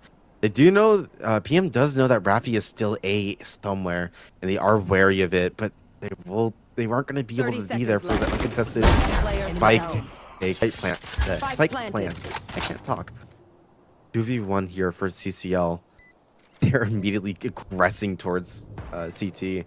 Not something that you would truly expect here. And it seems like something that Cracker Mac is not expecting either. Looking like they want to wrap. Yeah, they're going to wrap market here. God, and CCL is looking completely wrong direction. Concrete. Coward should have gone for the knife. I agree. This is just 11-3. What would you do if you're pessimistic? It just seems like they aren't being able to do anything at all. They have a coach. Call a timeout. Yeah, I'm surprised they haven't called one yet. This is a bit tragic, really. Yeah, I mean, it's hard to make a momentum swap here, but this is their buy round, and they're going against 2 Sheriffs, 2 Guardians, and a Rifle. Yeah, and it looks like CCL are just doing more of the same. Taking mid, and just pushing them. Honestly, this game just kind of feels like a default prep diff, really. Yeah, like PM just aren't able to deal with and adapt to this. They have the KG on A, and that turret will spot them as they try to come out. There's nothing. The only thing there to stop them is just a single molly. We'll break that turret, and the rest of PM are already here on the A site. As CCL begin to push out, Gage is on top of this generator, and they aren't expecting it, but it doesn't matter. There's 4 members of PM here able to stop this push coming up from CCL. Gage, Aber, and Seniguendo both so low. They're both one shot to a rifle here. But Seniguendo will be able to be able to just bam through a smoke and get one. But so will Cracker Mac. 1v4 here for Taver. It's not looking good for him. He's at 3 HP. Only with a Guardian. 4 HP, excuse me. It's able to have Max taking for 3, and Cracker Mac will get his 4th kill of the round. Going to a very much needed round for PM. Yeah, I mean, that's hopefully going to be a game changer for them. Now we're going to see finally our first rifle versus rifle round of the game. And that means that we are, of course, going to go into the comms round. With tiles, can you try and throw me a tree smoke? If you can't, just throw a cat smoke. We're going to make hella noise A main. Cammy, can you flash for me A main? Like, flash me in A main.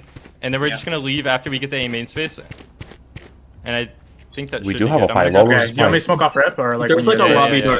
No, it's 314 on lovers. They missed the one way. I'm out. Lobby. Wait, they missed the. They have no info B main. They missed the. Yeah, they missed the. I heard. There's one B main. One B main. All right, let's start going back B now. I'm gonna my life, guys. There's one in B main. There's one in B main right now. Yeah. Just go back in. Go back in. I mean B. Just start going to B.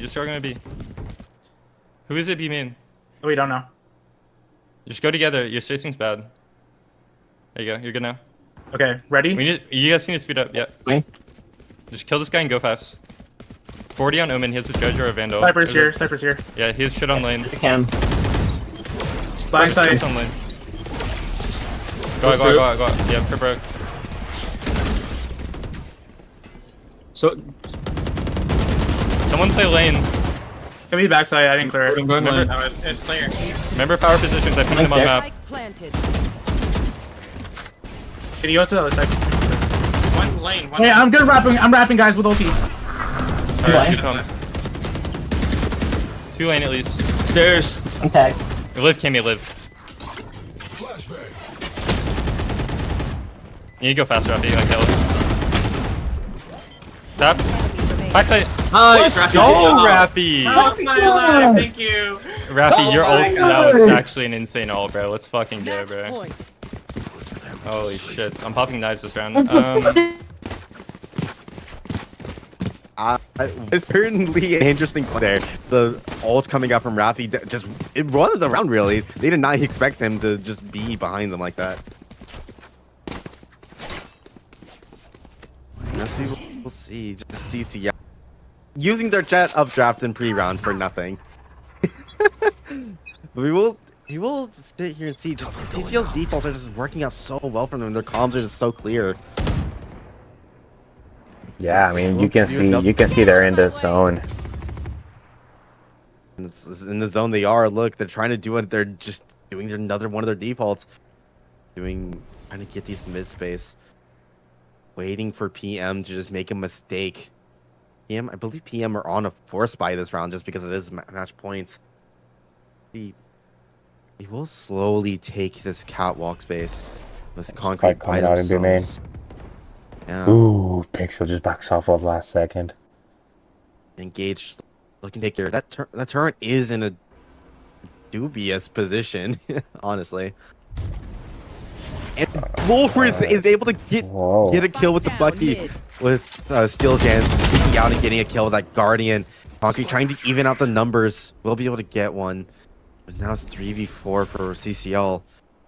Not looking good. They have no space in mid left. Both are the B main's being covered by an Ares. Mid is being covered by a Cam, and Wolfers has all of A covered. They're looking to try to see if PM will make another mistake here, but they're just not giving it to him. They're not walking into this fortress, and this is the strength of the double Sentinel composition. Yeah, and now they're just praying that they can walk into the Cypher util. But that's going to be traded. 1, 2. With the Ares. Spike down. It's 2. After you will pick up one, but yeah, you will pick up one, but it's a little too late there. Not enough time left. And Rafi will only pick up one gun for next round. I do believe that makes it like CCL are on the eco. Guys, map 3 is going to be Sunset. We have a whole band's like command thing. We got KO ult too. I mean, this is free. Just run it up mid. Yeah. Play up in your post though, because they have KJO. No, they don't. Yeah. They have it in one. They're gonna get that by the time you get side. All right. Where do you want to play up this? Are you gonna play up like that, or do you want to play up like this?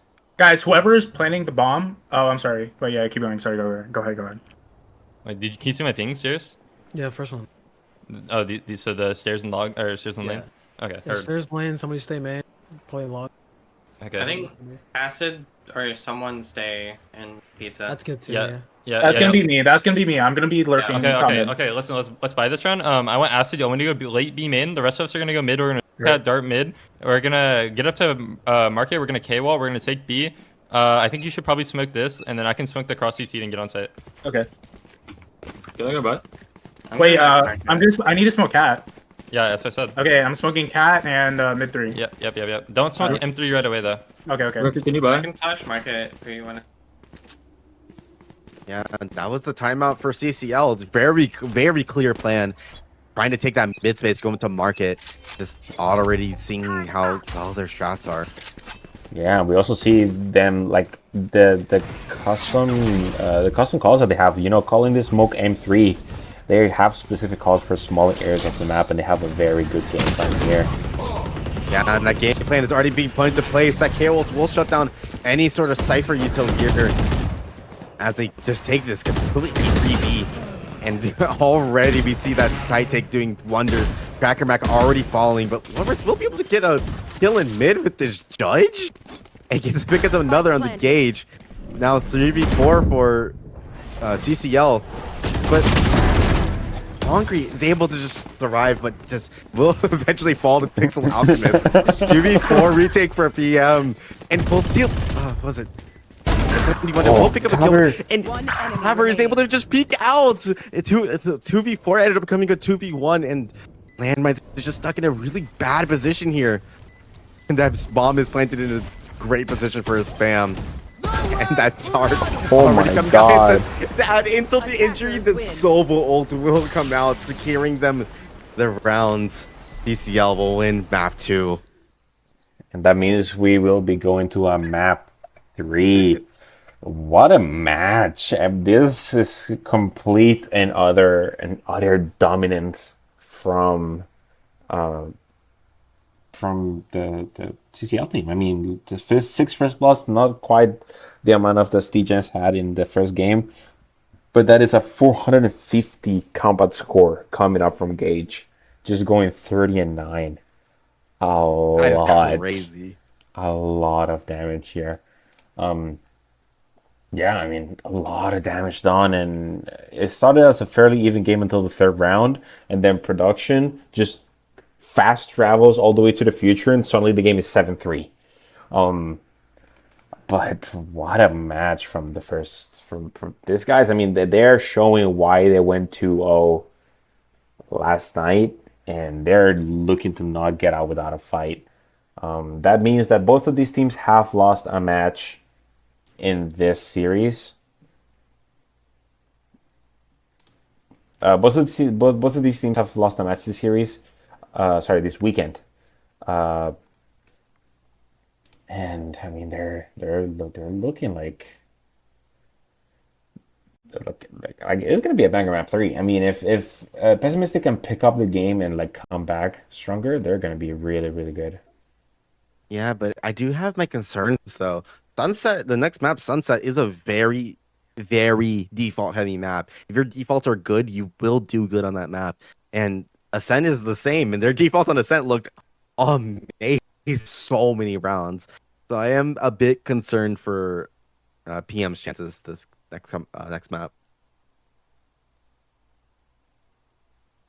Yeah, I mean, they're looking good to actually take it to map 3. I mean, this is still anybody's game. It might have been a very harsh reality for the first game, but hey, we've seen people come back from worse games before. I mean, of course, we did that last season. We got stomped on Haven, and then we came back onto the third map and brought it back. So it's still not out for Pessimistic. You just got to see the bright side on this one. Maybe not be so pessimistic, and they might be able to actually get through. Yeah. And with that, we will go on to break before going into map 3.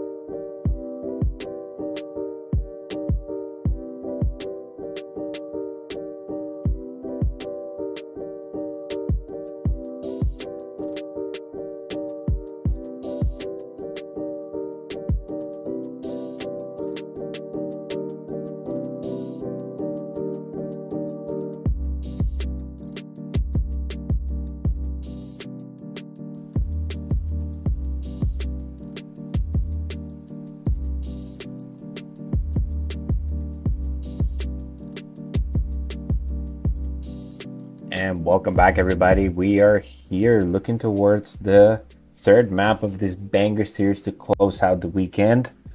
We have Pessimistic, who went 2-0 yesterday, and we also have Canada Cream Legs, who also went 2-0 yesterday, both going 1-1 so far, but only one of them is going to win 5 games this weekend. Who is going to secure their chances towards champions? We are yet to see. We have, of course, CCL, who by winning this match would secure their road into champions, and we also have Pessimistic, who are fighting to thread water, keeping their chances to going on champions alive. We saw a great map one, which went to an 11-13 with a substitute on the side of CCL, and then on the map 2 we saw a stump from the side of CCL on Ascent going 13-5. This game is looking a little grim, but so did Season 4 Finals. So, I am not concerned about the possibility of Pessimistic still taking this map ahead. It is a decider. It's going to sunset with the Pessimistic starting on defense. So, we might see a good thing come on. Yeah, I'm hoping we see a good match here from both. CCL definitely has a prep on some of these maps, like especially that Ascend match that we already saw.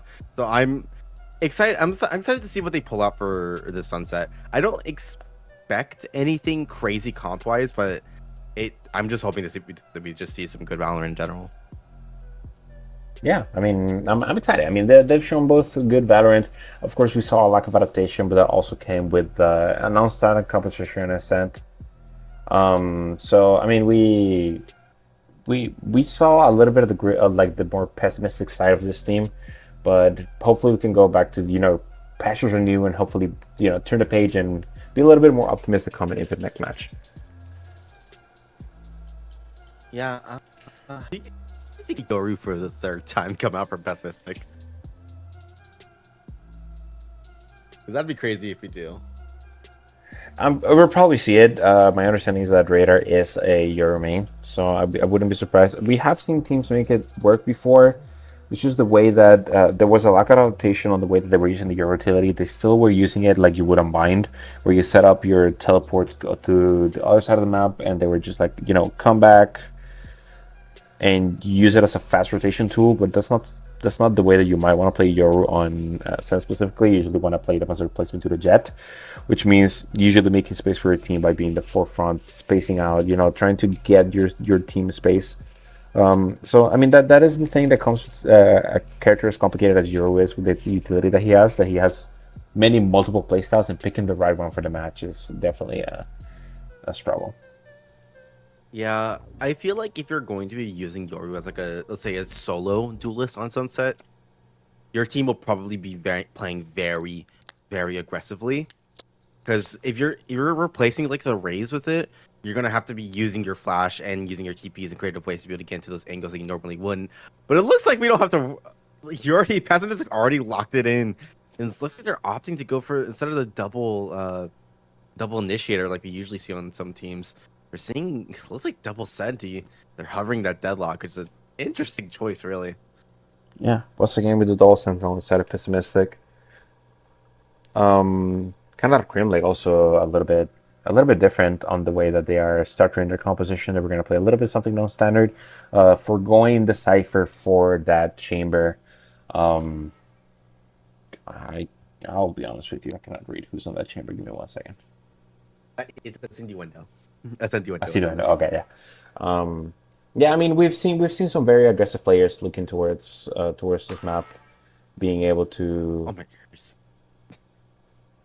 Use that teleport, especially with the new mid changes. You can actually tuck in behind the box with your teleporter and market and be fairly safe with some mid presence.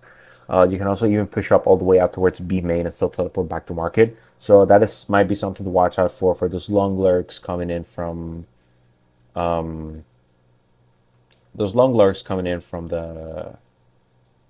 the chamber. Yeah, the last time I saw a chamber on A was they usually played it on A, or they played it on market because that chamber TP range is really big now. You can walk out of market and go all the way to top bottom mid and still be able to TP out. So those like the mid lurks on defense for the chamber would be really sick, really coming out from Insinuato.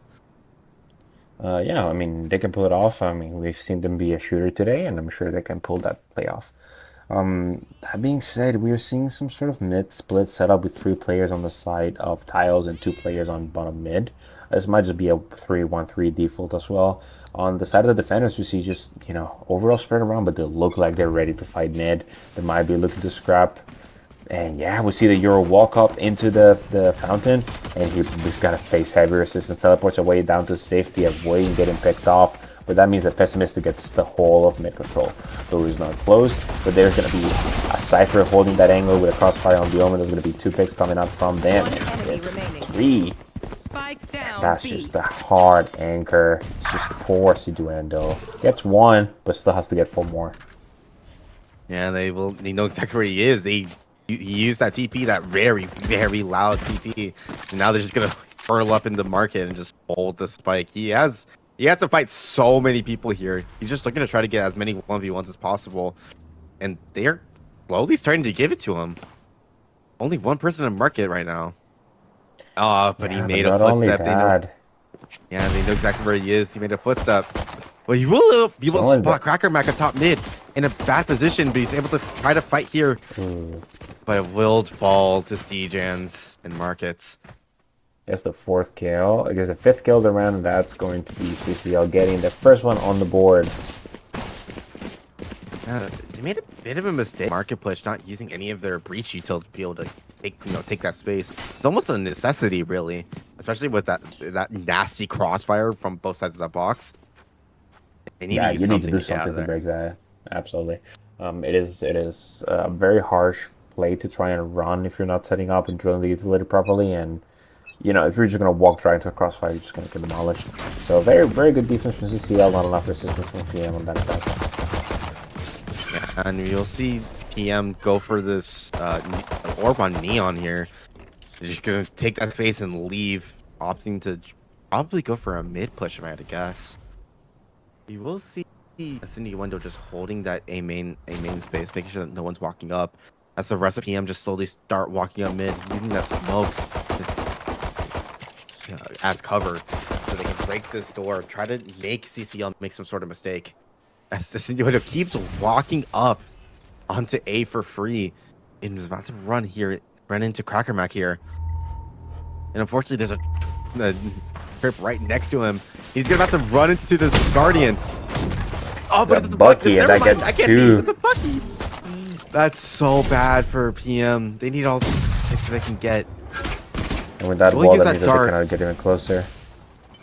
Yeah, but the Pix Oculus already here. The supports Cracker Mac, and it's gotten so much chip damage on that spray. And, oh no, not the grab net. As Mac keeps pushing, gonna get a 3rd kill with the Bucky. Just leaving Concrete by himself, hoping to get a pick here, but will just fall to Eilic landmines. That was a bit of a tragedy for PM on that eco. Oh, was that so unlucky? The fact that PM weren't even a single eco kill right there is just kind of bad. Yeah, I mean, Pessimistic now, it's looking towards the round 3, which is going to be their buy round. Hopefully they get they can get a little bit more value here. I believe that is 5 raffles on their end. They're gonna close the door. They're gonna fight mid. They have a lot of presence in this anti-eco round for them. Sorry, the bonus round. They're gonna pinch this one in here. Surely Rafi is out of here. He doesn't even need the pinch, so it just wins that fight. They catch the teleporter. They know that the chamber is somewhere towards the A side, but they're pinching towards the B. They see the spike. The spike is down in their spawn. They have left the spike behind. I don't think that they know that they have spike.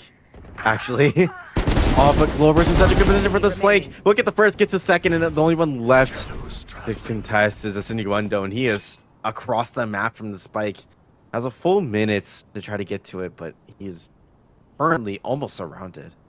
Just a word. The team names aren't wrong, and they are supposed to be flipped. PM is on defense while CCL is on attack. Oh. So, yeah. Just, Point to laugh at Interitus. Yeah, it's his fault. It's our ghost fault. It's the ghost fault. As it did with the Wolf just walking the Pixel Optimus's loving arms. Ending this round for PM 3-0. That hurts losing the eco like that.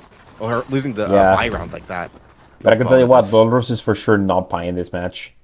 He said, I'm done after last and I'm not dealing with this. I will not take this lander. That scrimshage going around is fake. After that, it's just like we have to make a judgment call on what to hit. I think they're gonna abuse middle a lot, especially if they know where the cipher chip is. Yeah. Getting my B main again. I think yeah, do it. Contacting A more. Yeah. I smoke my mid. One fighting B main, I think. Yeah, they're out mid. Is he? I heard him. I think I heard one. Reloading. They're in. Close in the smoke.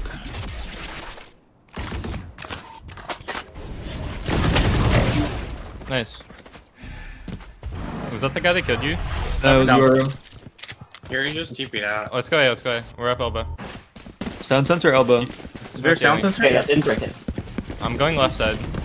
Deadlock on side. Wait, where's the sound sensor? There's one elbow. One on side as well. I think it's like here. I'm getting bombed down.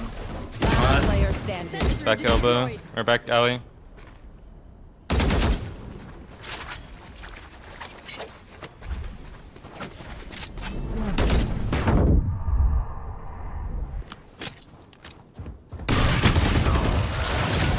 Yo, Acid, make sure please calm where the sound sensors are. If you just break them, break it for presence too.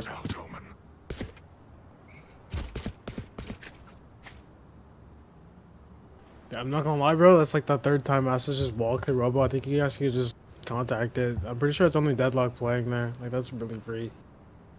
Like yeah, there was one. Yeah, let me lurk mid. Let me lurk mid. Yeah, I'm done. Let's just contact A. Keep putting pressure elsewhere to like make sure they don't pull rotates towards you, but like don't give them free space. But that space is just free. I'm not gonna say don't lurk, but we've died on the mid lurk like 4 rounds in a row. Be ready to, but they're gonna push your mid. They've done it a couple times. It looks like. Yeah. Okay, I think we dart mid tabber, and then the rest of us contact A, and then you run back A with us, and then we contact up, and then we leave Raffy to lurk mid like tiles, just like holding a deep angle, so like when they walk up, you kill them, like just like playing like here or something. Yeah. Like in the you want me to stun B main as well? Yeah, stun B main. I would do that, then just run back. And that was the clear comms for CCL. They're trying to just figure out how to stop this just amazing defensive default from PM, and it just seems like they just aren't able to. They just seem confused. It looks like the comms just aren't coming in clearly. Really. Yeah. I mean, yeah. We get those. We get very good call from pessimistic. Sorry, from CCL. Just hey, call where these sound sensors are. They're getting screwed by them, and they're just making the right call here. And it looks like the team might follow you, just walking into a side that only has one player in it. But look at the Yoru. He's already got so much ground that it's gonna be a full side. It's gonna be a 5v5 take here. If they don't hit it now, they're gonna find full resistance on their way in. Yeah, this Yoru's in such a good position as this tight take does start. They will become into immediate just a wall really. PM already flooding onto the site, so trades already coming out. With PM making this even out 3 for 3, and the Yoru will be able to come through from the flank. But CCL will come out on top. 3v2 post plant for them. But Loris trying to get some sort of engagement here. And Landmine's trying to get one, but it's just not, a little bit too late. They will fall for the clone. And Loris will be able to pick the one up an elbow. But Gage just coming out to be able to hit both landmines and Loris. That Neon slide just breaking both of their angles. I hate Neon. Also, Yeah, hate I Neon. mean, I agree. Just that slide getting to it's a disgusting thing to see. But yeah, I mean, wow, they managed to somehow break through the defense and still get all 5 of the players that were stacked onto the side. Really good ideas from the side of Pessimistic, actually sending Radar as to work as a radar, just finding the landmines that are the cipher traps and getting all the information that they need to send the brigade in. Yeah, and we're seeing the CCL go back to their default here as the Sova on PM decide to just rip their ultimate. Bit of an odd decision. He doesn't seem to be able to get any damage on anyone.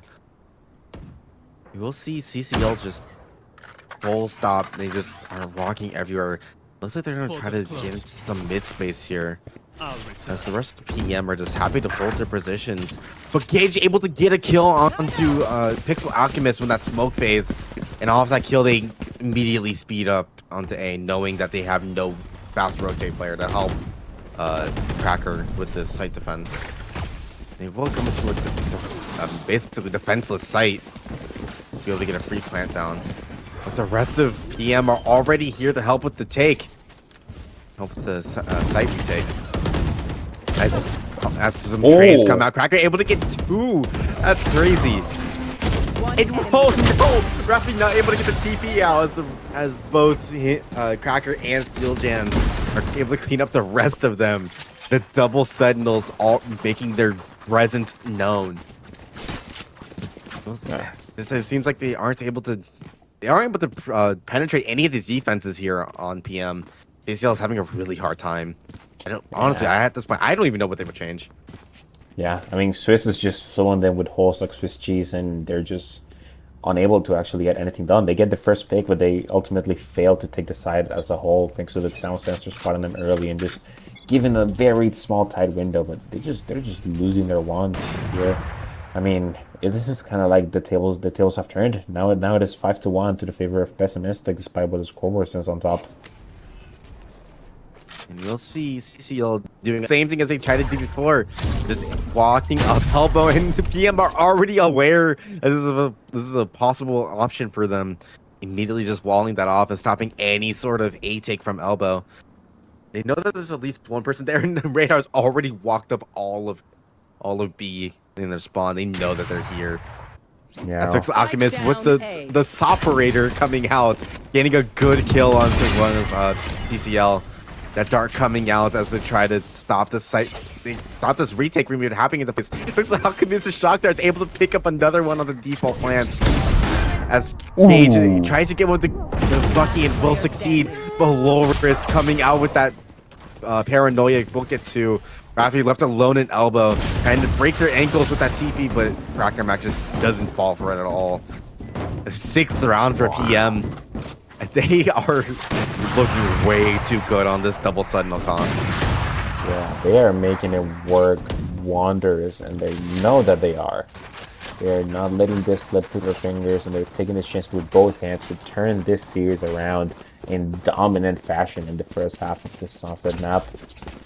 I mean, what do you even do this kind of thing? Like, what you try to just avoid the sensors altogether. If you want to hit A, do you try to split through top mid, like Kid was saying in the pregame? I mean, I guess, but you still have to do it with a trip. This double Sentinel composition is working charms in their defense. Yeah, and look how strong they are. The PM are feeling it right now, pushing up into like this. Taking orb brows. Gage just ends up killing the person with the Bucky. They do have this Neon if they want to try to come out. And they don't know that the Cypher is so close to this angle. But as I speak, the other members of CCL are already walking up A. Will try to walk out and gets immediately spotted by another Operator coming out from Pixel. And then Nero Theft will spot the rest of the team. They know exactly where they are. And they immediately knife out running out. And How long have you had that in the back pocket? Yeah, the Omen ult already coming out. They go into B's A sites. The style player here, Rafi will hear that mid rotate. And we'll have a good timing here. If he breaks his trip fast enough, he might be able to get Pixel Alchemist. But he's shooting not to. He does have an Omen TP if he wants to try to go for this. I believe Pixel Alchemist is just out of range to be able to hear it. But it doesn't matter when Steeljan's already walked up through all of A. He'll just get the pick and the spike down. Rafi will be able to get that pick, but immediately trading out. We'll see CCL are even in numbers, but they won't expect Pixel Alchemist to be so close to that operator. But a 1v1 here for PM, well CCL, but they don't have time, and Disney Windows on 1 HP. There's no time to plant. Cracker Mac just choosing to let them plant the spike. And they're going for a timeout. Just the final kill in the end there, just to really rub the salt in the wound. Just PM looking are just completely dominating this map. Yeah, I mean they're just, it doesn't matter what CCL is trying to do in this attack half. They're just getting shot down left, right, and center. They're moving the Sova operator so quickly throughout the map that they can even hold B side, despite them holding A side pretty much the whole of the game. Yeah, and it looks like CCL are trying another adaptation. Instead of they're opting just to slam B, like B just hard. They do have this Neon ult for this take, and the Breach ult will come out, stopping any sort of engagement. But this Neon's about to run into the strip and immediately get shot down. Cypher will fall, but it's a bit too little too late. That defensive Sova will come out, and Radar does have his ultimate, as he will use it to clear all of the sites. I think he will get a pick out. He will make this into a 2v2. That flash is doing wonders for them. And doing another flash, both flash, and Radar will be able to pick up one, leaving this in a 1v1. Pixel Alchemist in a bit of a precarious situation. Is left on 1 HP and is opting to stick it. But Rappy is about to clear this corner, and will be able to pick up the second round for CCL. And that is a huge second round that they really need to get on the board. Still going to be a little low in the economy. Looking at the Bucky come out, I believe that they're going to have a full economy coming up. So this might be actually like one. This might be like the second or third actually full buy round that we see. We've seen CCL have to force into lower buys a lot recently, but thankfully they finally get that one round through, and they still have the Neon ultimate. I believe they also have the Sova one. They're just ready to swing here. And yeah, we see the scrap stand up in B. They get the first pick, and that is all going to be going downhill from there. It's going to be a 3v5 already. 26th pick round. Oh, but they don't clear the corner, but Gage sees him out of the corner of its eye. You will see that the spike. The spike is going to be super late here. Cracker already trying to clear this angle. Will get spotted by Concrete here, and will fall to Gage. Pixel Alchemist by themselves. Kind of in a bad position, really. 1v5 retake. Not to try to save this op here, but Rafi will hear them running away into their spawn. Will call to try to get this last kill, leaving no man alive, and get the kill he does. Flawless round coming out from CCL. Getting them that third desperate round that they needed. That is 2 rounds in a row, and I'm not sure if they have enough money to rebuy that operator. I don't think they do. I would bet not. I mean, we'll see that. They did trade the gun. Concrete has the operator right now. Up for the attack op. Yeah, it's going to be the breach attack operator on Concrete.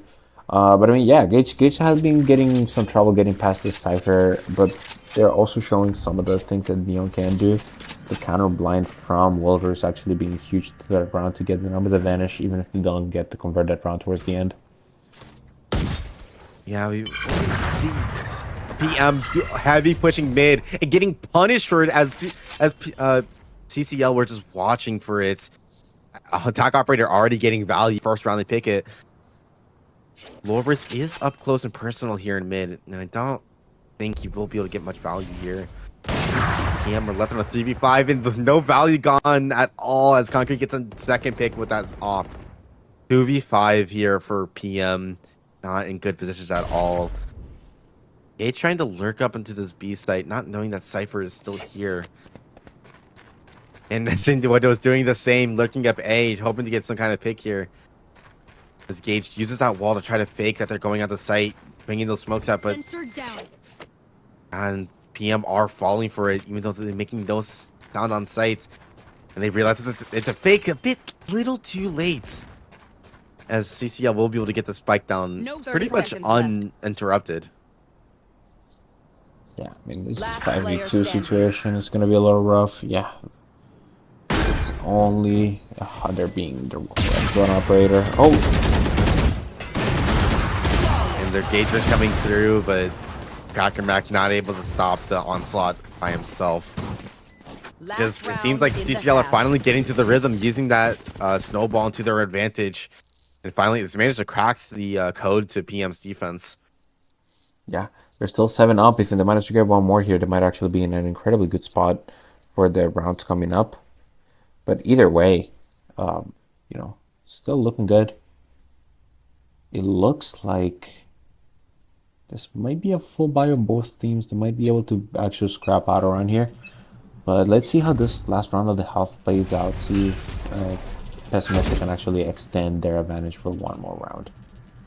Yeah, and it kind of seems like CCL figured out that PM's B side isn't actually that strong, especially when they are constantly aggressing up that main, which PM already adapted to, only using that Cypher cam and opting to just let them have the main space, realizing that they can just take, if they can just keep the site, then CCL won't be able to really do anything about it. You'll see that the Chamber is trying to lurk up here onto the solo deadlock site. Won't be able to spot anything, but does make a footstep. As that deadlock wall will go down. Sova doing the jump spot will spot Chamber, I think. Yeah, it spotted him. He did. You see the one way come out immediately. As the rest of CCL engage onto B sites. Like Landmines was in a good position. Won't be able to get an Evo, immediately retreats. You will see Pixel pick up the mid player, which means that CCL need to engage onto the site immediately. 30 seconds left. You will see that ult come out. That one coming out again. A lot of information. Yeah, and they will get that tripped and stunned. And crab deaded. That is tragic here. Engaged put on the wrong timing. You will see the deadlock ult coming out, being used, trying to get one person. Yeah, seeing it come out, but died the right angle. No. Spike planted. You'll see the start coming out. It's a 1v2 for Concrete. We'll pick up the first, but loses to the second. That will be an 8-4 half for PM, and really good considering that they have the double Sentinel comp. Yeah, I mean that is getting 4 rounds here is not a small feat for the side of Pessimistic. I mean they are playing a more standard composition, so getting that round out of the way, it's huge. They've managed to recover 2 or 3 rounds that they did not have before, so they're coming into this half looking way better than they would have 5 rounds ago. Now that being said, we need to see how Pessimistic is gonna make this double Sentinel composition work on the attack. But yeah, if it works anything like their defense, they might actually have a really good chance of winning this match right here. Yeah, I would assume that Crackermack has been working on his attack deadlock. If they can get onto this B site and get that wall off in like CT, that could be really dangerous for post plant. Yeah, we have already seen a lot of their setup for their trips and stuff on the defense, so we might see some more of that in the attack. Yeah, we're already seeing the Chamber get some value, being able to peek out of B main. And then immediately teleport back. As the rest of PM are just able to get there. We'll get that the ore pickup, but they're just being stopped by this singular smoke. We'll dart out, but we won't see any of them walk out with it. We will see both Stejans and Low Risk trying to lurk up into this A sites. The only person here, Gage by himself in a bit of a bad angle. There is a potential for the lurk up to A link here. It seems like no one's going to be able to take it up before it gets filled by the void by Concretes. Looking like PM want to end A here, just slowly walking up as Gage gets into an aggressive angle here. Will spot Oh, he gets immediately blinded by low risk. Starting the gunfights here, but Gage will pick up the first, but he immediately gets traded out.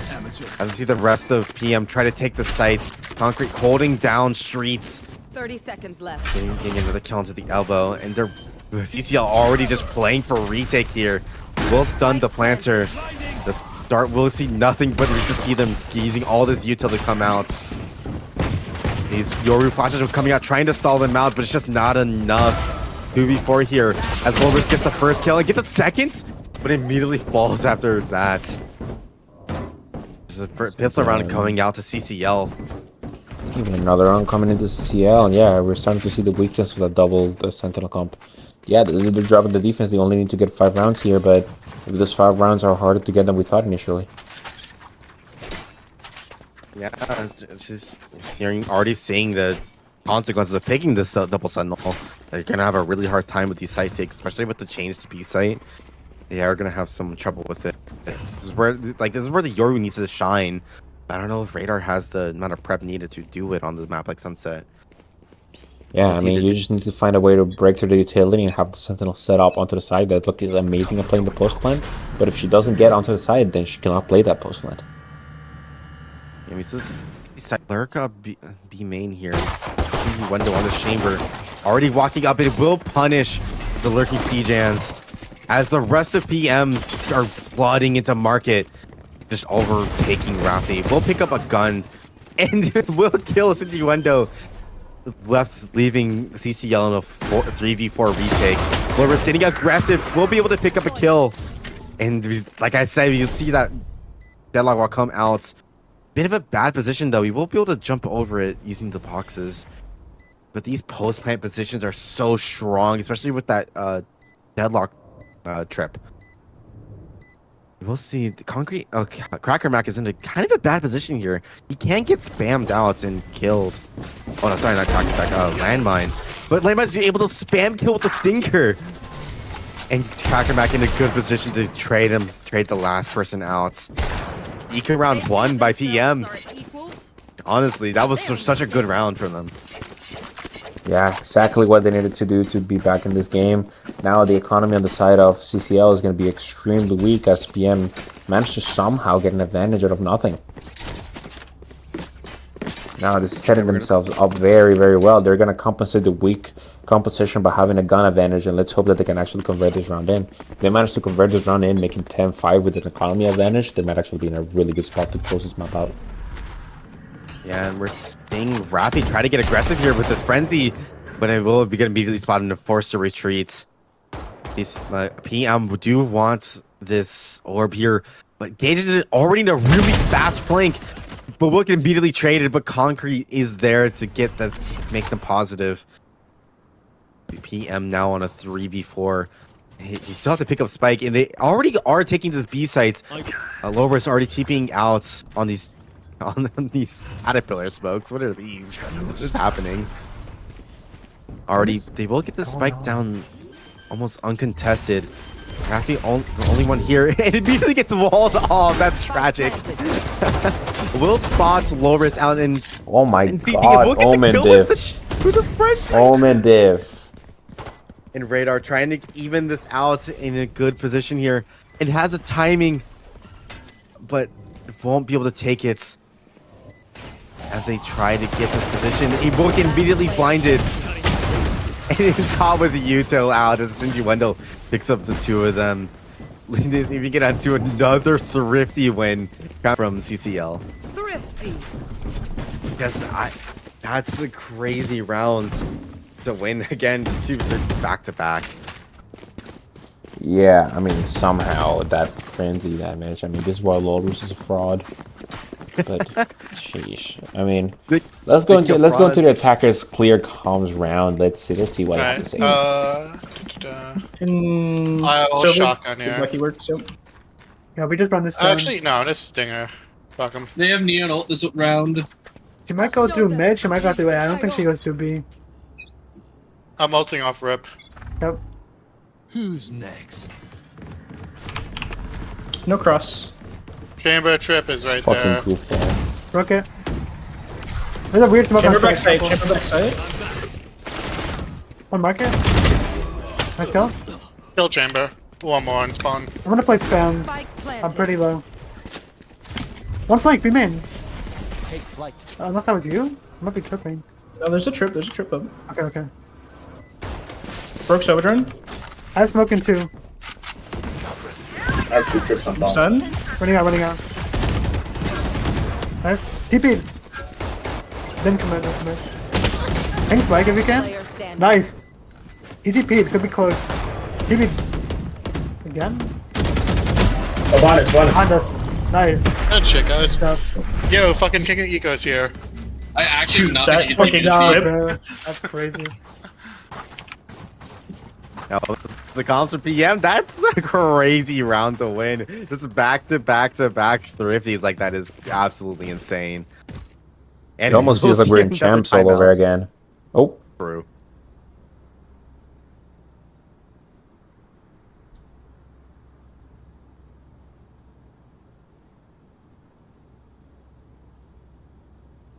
No, I did. I had to keep it spicy for the people.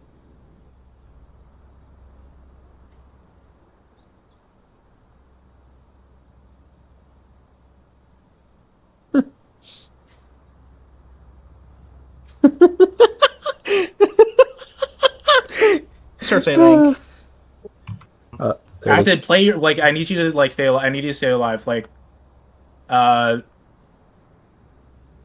don't want to say play more passive, but like if you need help, call me. Like call me over. Okay. Where he's playing is fine. You have to throw the side smoke on the right side. The one on the left Okay. is just pretty. It's pretty bad. Yeah, the one that's like Yeah. Okay. Yeah. Okay. So you're playing B this round. Okay.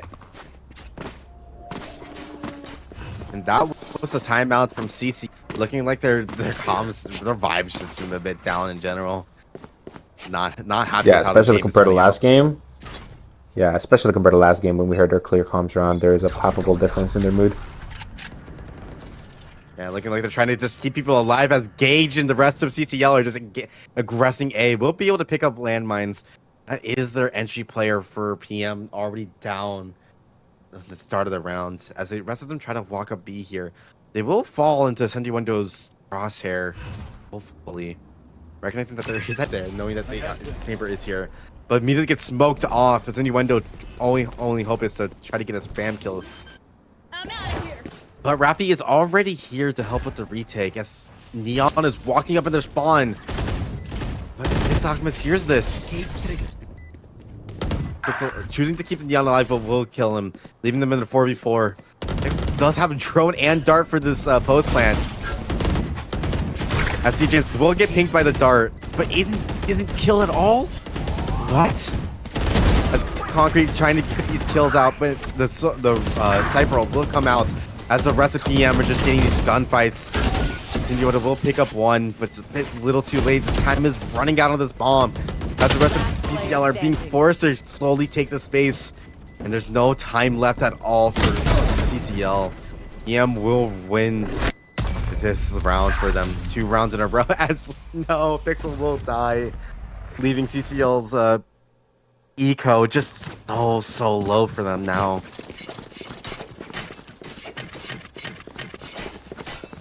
I mean, this might be the actual nail in the coffin. Getting these couple of rounds in a row, it's exactly what we saw coming out of the second round. Winning the anti-eco for Pessimistic has snowballed into a massive chance of actually converting this game. Yeah, it's going it through. Yeah, it just seems like CCL just can't catch a break at all. Gage getting caught in that lurk. It looks like they want to get aggressive here, having that Omen blind out. And we'll be able to use it here, but it's still just immediately snaps onto on a blind spray to kill us innuendo.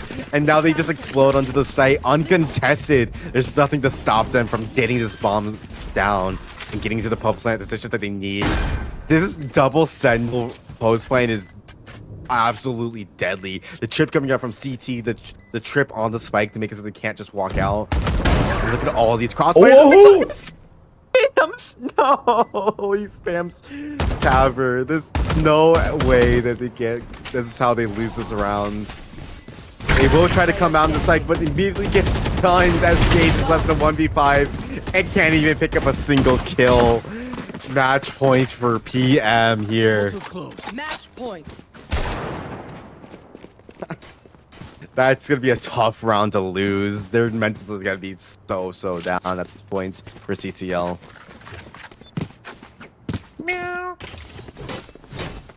I mean, that's all I have to say about that round. Like, what can I say about it? 3 people got sprayed through smokes, and one of them got sprayed through the ticket in the fucking market. Like, they're yeah. I mean, yeah, Brenda's right. I mean, it is an FPS game. If you get shot, you die. It doesn't matter what your strategy is. And just like that, if you're dead, you cannot shoot them. So... Engage feeling the full brunt of Bren's anger in that moment. Not even able to get a shot off before they die. We'll see PM just come onto the side. There's nothing to stop them from coming out. Yeah, only some aftershocks and shock darts, and it's just not enough. However, Pixel will be able to pick. Tavern will be able to pick up a kill. As the City Window is on this flank. Oh, wait, Rappy and Taver, and they are nothing to stop them from taking the space. It's just only Cracker and Low Risk. But excuse me, Cracker will fall. It's just Low Risk here in a bad position. Will get stunned, cleared out. Eco round 1 for CCL. That's a very much needed round to get their mentals back into this game. Yeah, that slide calling a fast aggressive play into B main definitely looks like a tilt kill, especially when you're especially on your buy round. I'm happy that they can at least, you know, win that round one way or the other. Hopefully that gets their mental a little bit back into the game. But I mean, then again, they still have to go against 5 match points coming from Pessimistic. Yeah, it seems like it kind of just seemed like PM just made the mistake of not going fast enough. Like Taver and Concrete were able to get there in their positions to stop the post plan. We will see PM changing it up a bit. We do have DJs here. Top of this flank, but will spot one and immediately cashes out. Not aware that there's another chamber here, just waiting for him to push up again. But the rest of PM are just slowly taking this B space and will be able to get it and are starting to leave. And will spot his innuendo. The unlucky turnaround from CJans. And the will see Taber walked up all of A. Will be able to pick up one, but immediately has to leave. It must be a 4v3 retake, and this does leave Taber in another good position to get another pick. I mean, you already see the 2 members of CCL are here, but PM's already in a good position for this post plants. Wait, he's already up streets. They have no idea. But Concrete with this op will be able to pick up one on the mark of the elbow walkout. He does have his ultimate for this, but will be really taken down. No ult for him. And landmines will know exactly where Taver is. That dart won't help him here. He's just gonna go. 30 seconds left. Concrete goes by Sheikher. Thank you for telling me. I did not know that. Thank you. I did not. Anyways, Radar is already on B side and will get plant down for free. Spike planted. Taver has to already just walk all the way to the B side.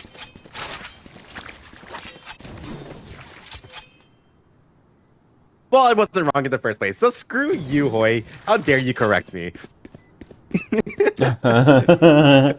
How dare you be so confidently wrong? How dare you, Hoy, try to be considerate and correct me, the guy that's always correct.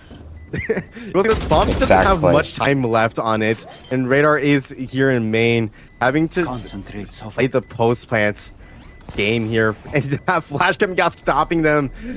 This match point is gonna come out with no time left at all. It doesn't matter when Radar gets the kill. Coming out for PM wins. Yeah. PM will win the series 2-1. Keeping their championship run alive. Meow. Meow. Why does it always end up in a meow? Because cats are amazing. I'm more of a dog person, to be fair. No interview because both teams left immediately. I don't blame. I can't say I'm not surprised because it is very late. Yeah. they just dipped. That's so funny. How come? You know what? I'm not gonna question it. Anyways, I believe that's all that we have for this today. I don't think we have any announcements. I haven't been told any.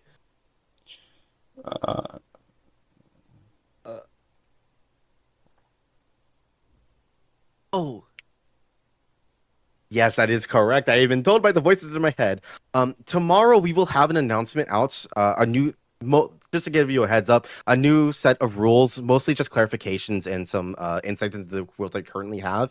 And the sweat queue will finally be opening tomorrow at noon EST, Eastern Standard Time. Those are coming in. They will be effective immediately. Ooh, the sweat queue will be a permanent queue. Let's go. Guys, it's EDT, not EST.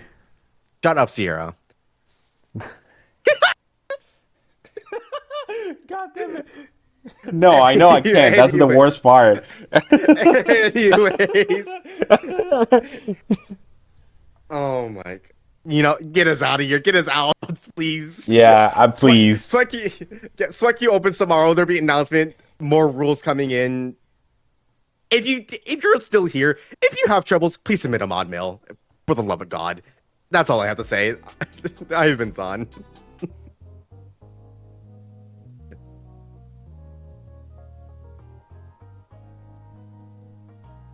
Goodbye. Bye, chat. Nah, I hate the voices in my head too.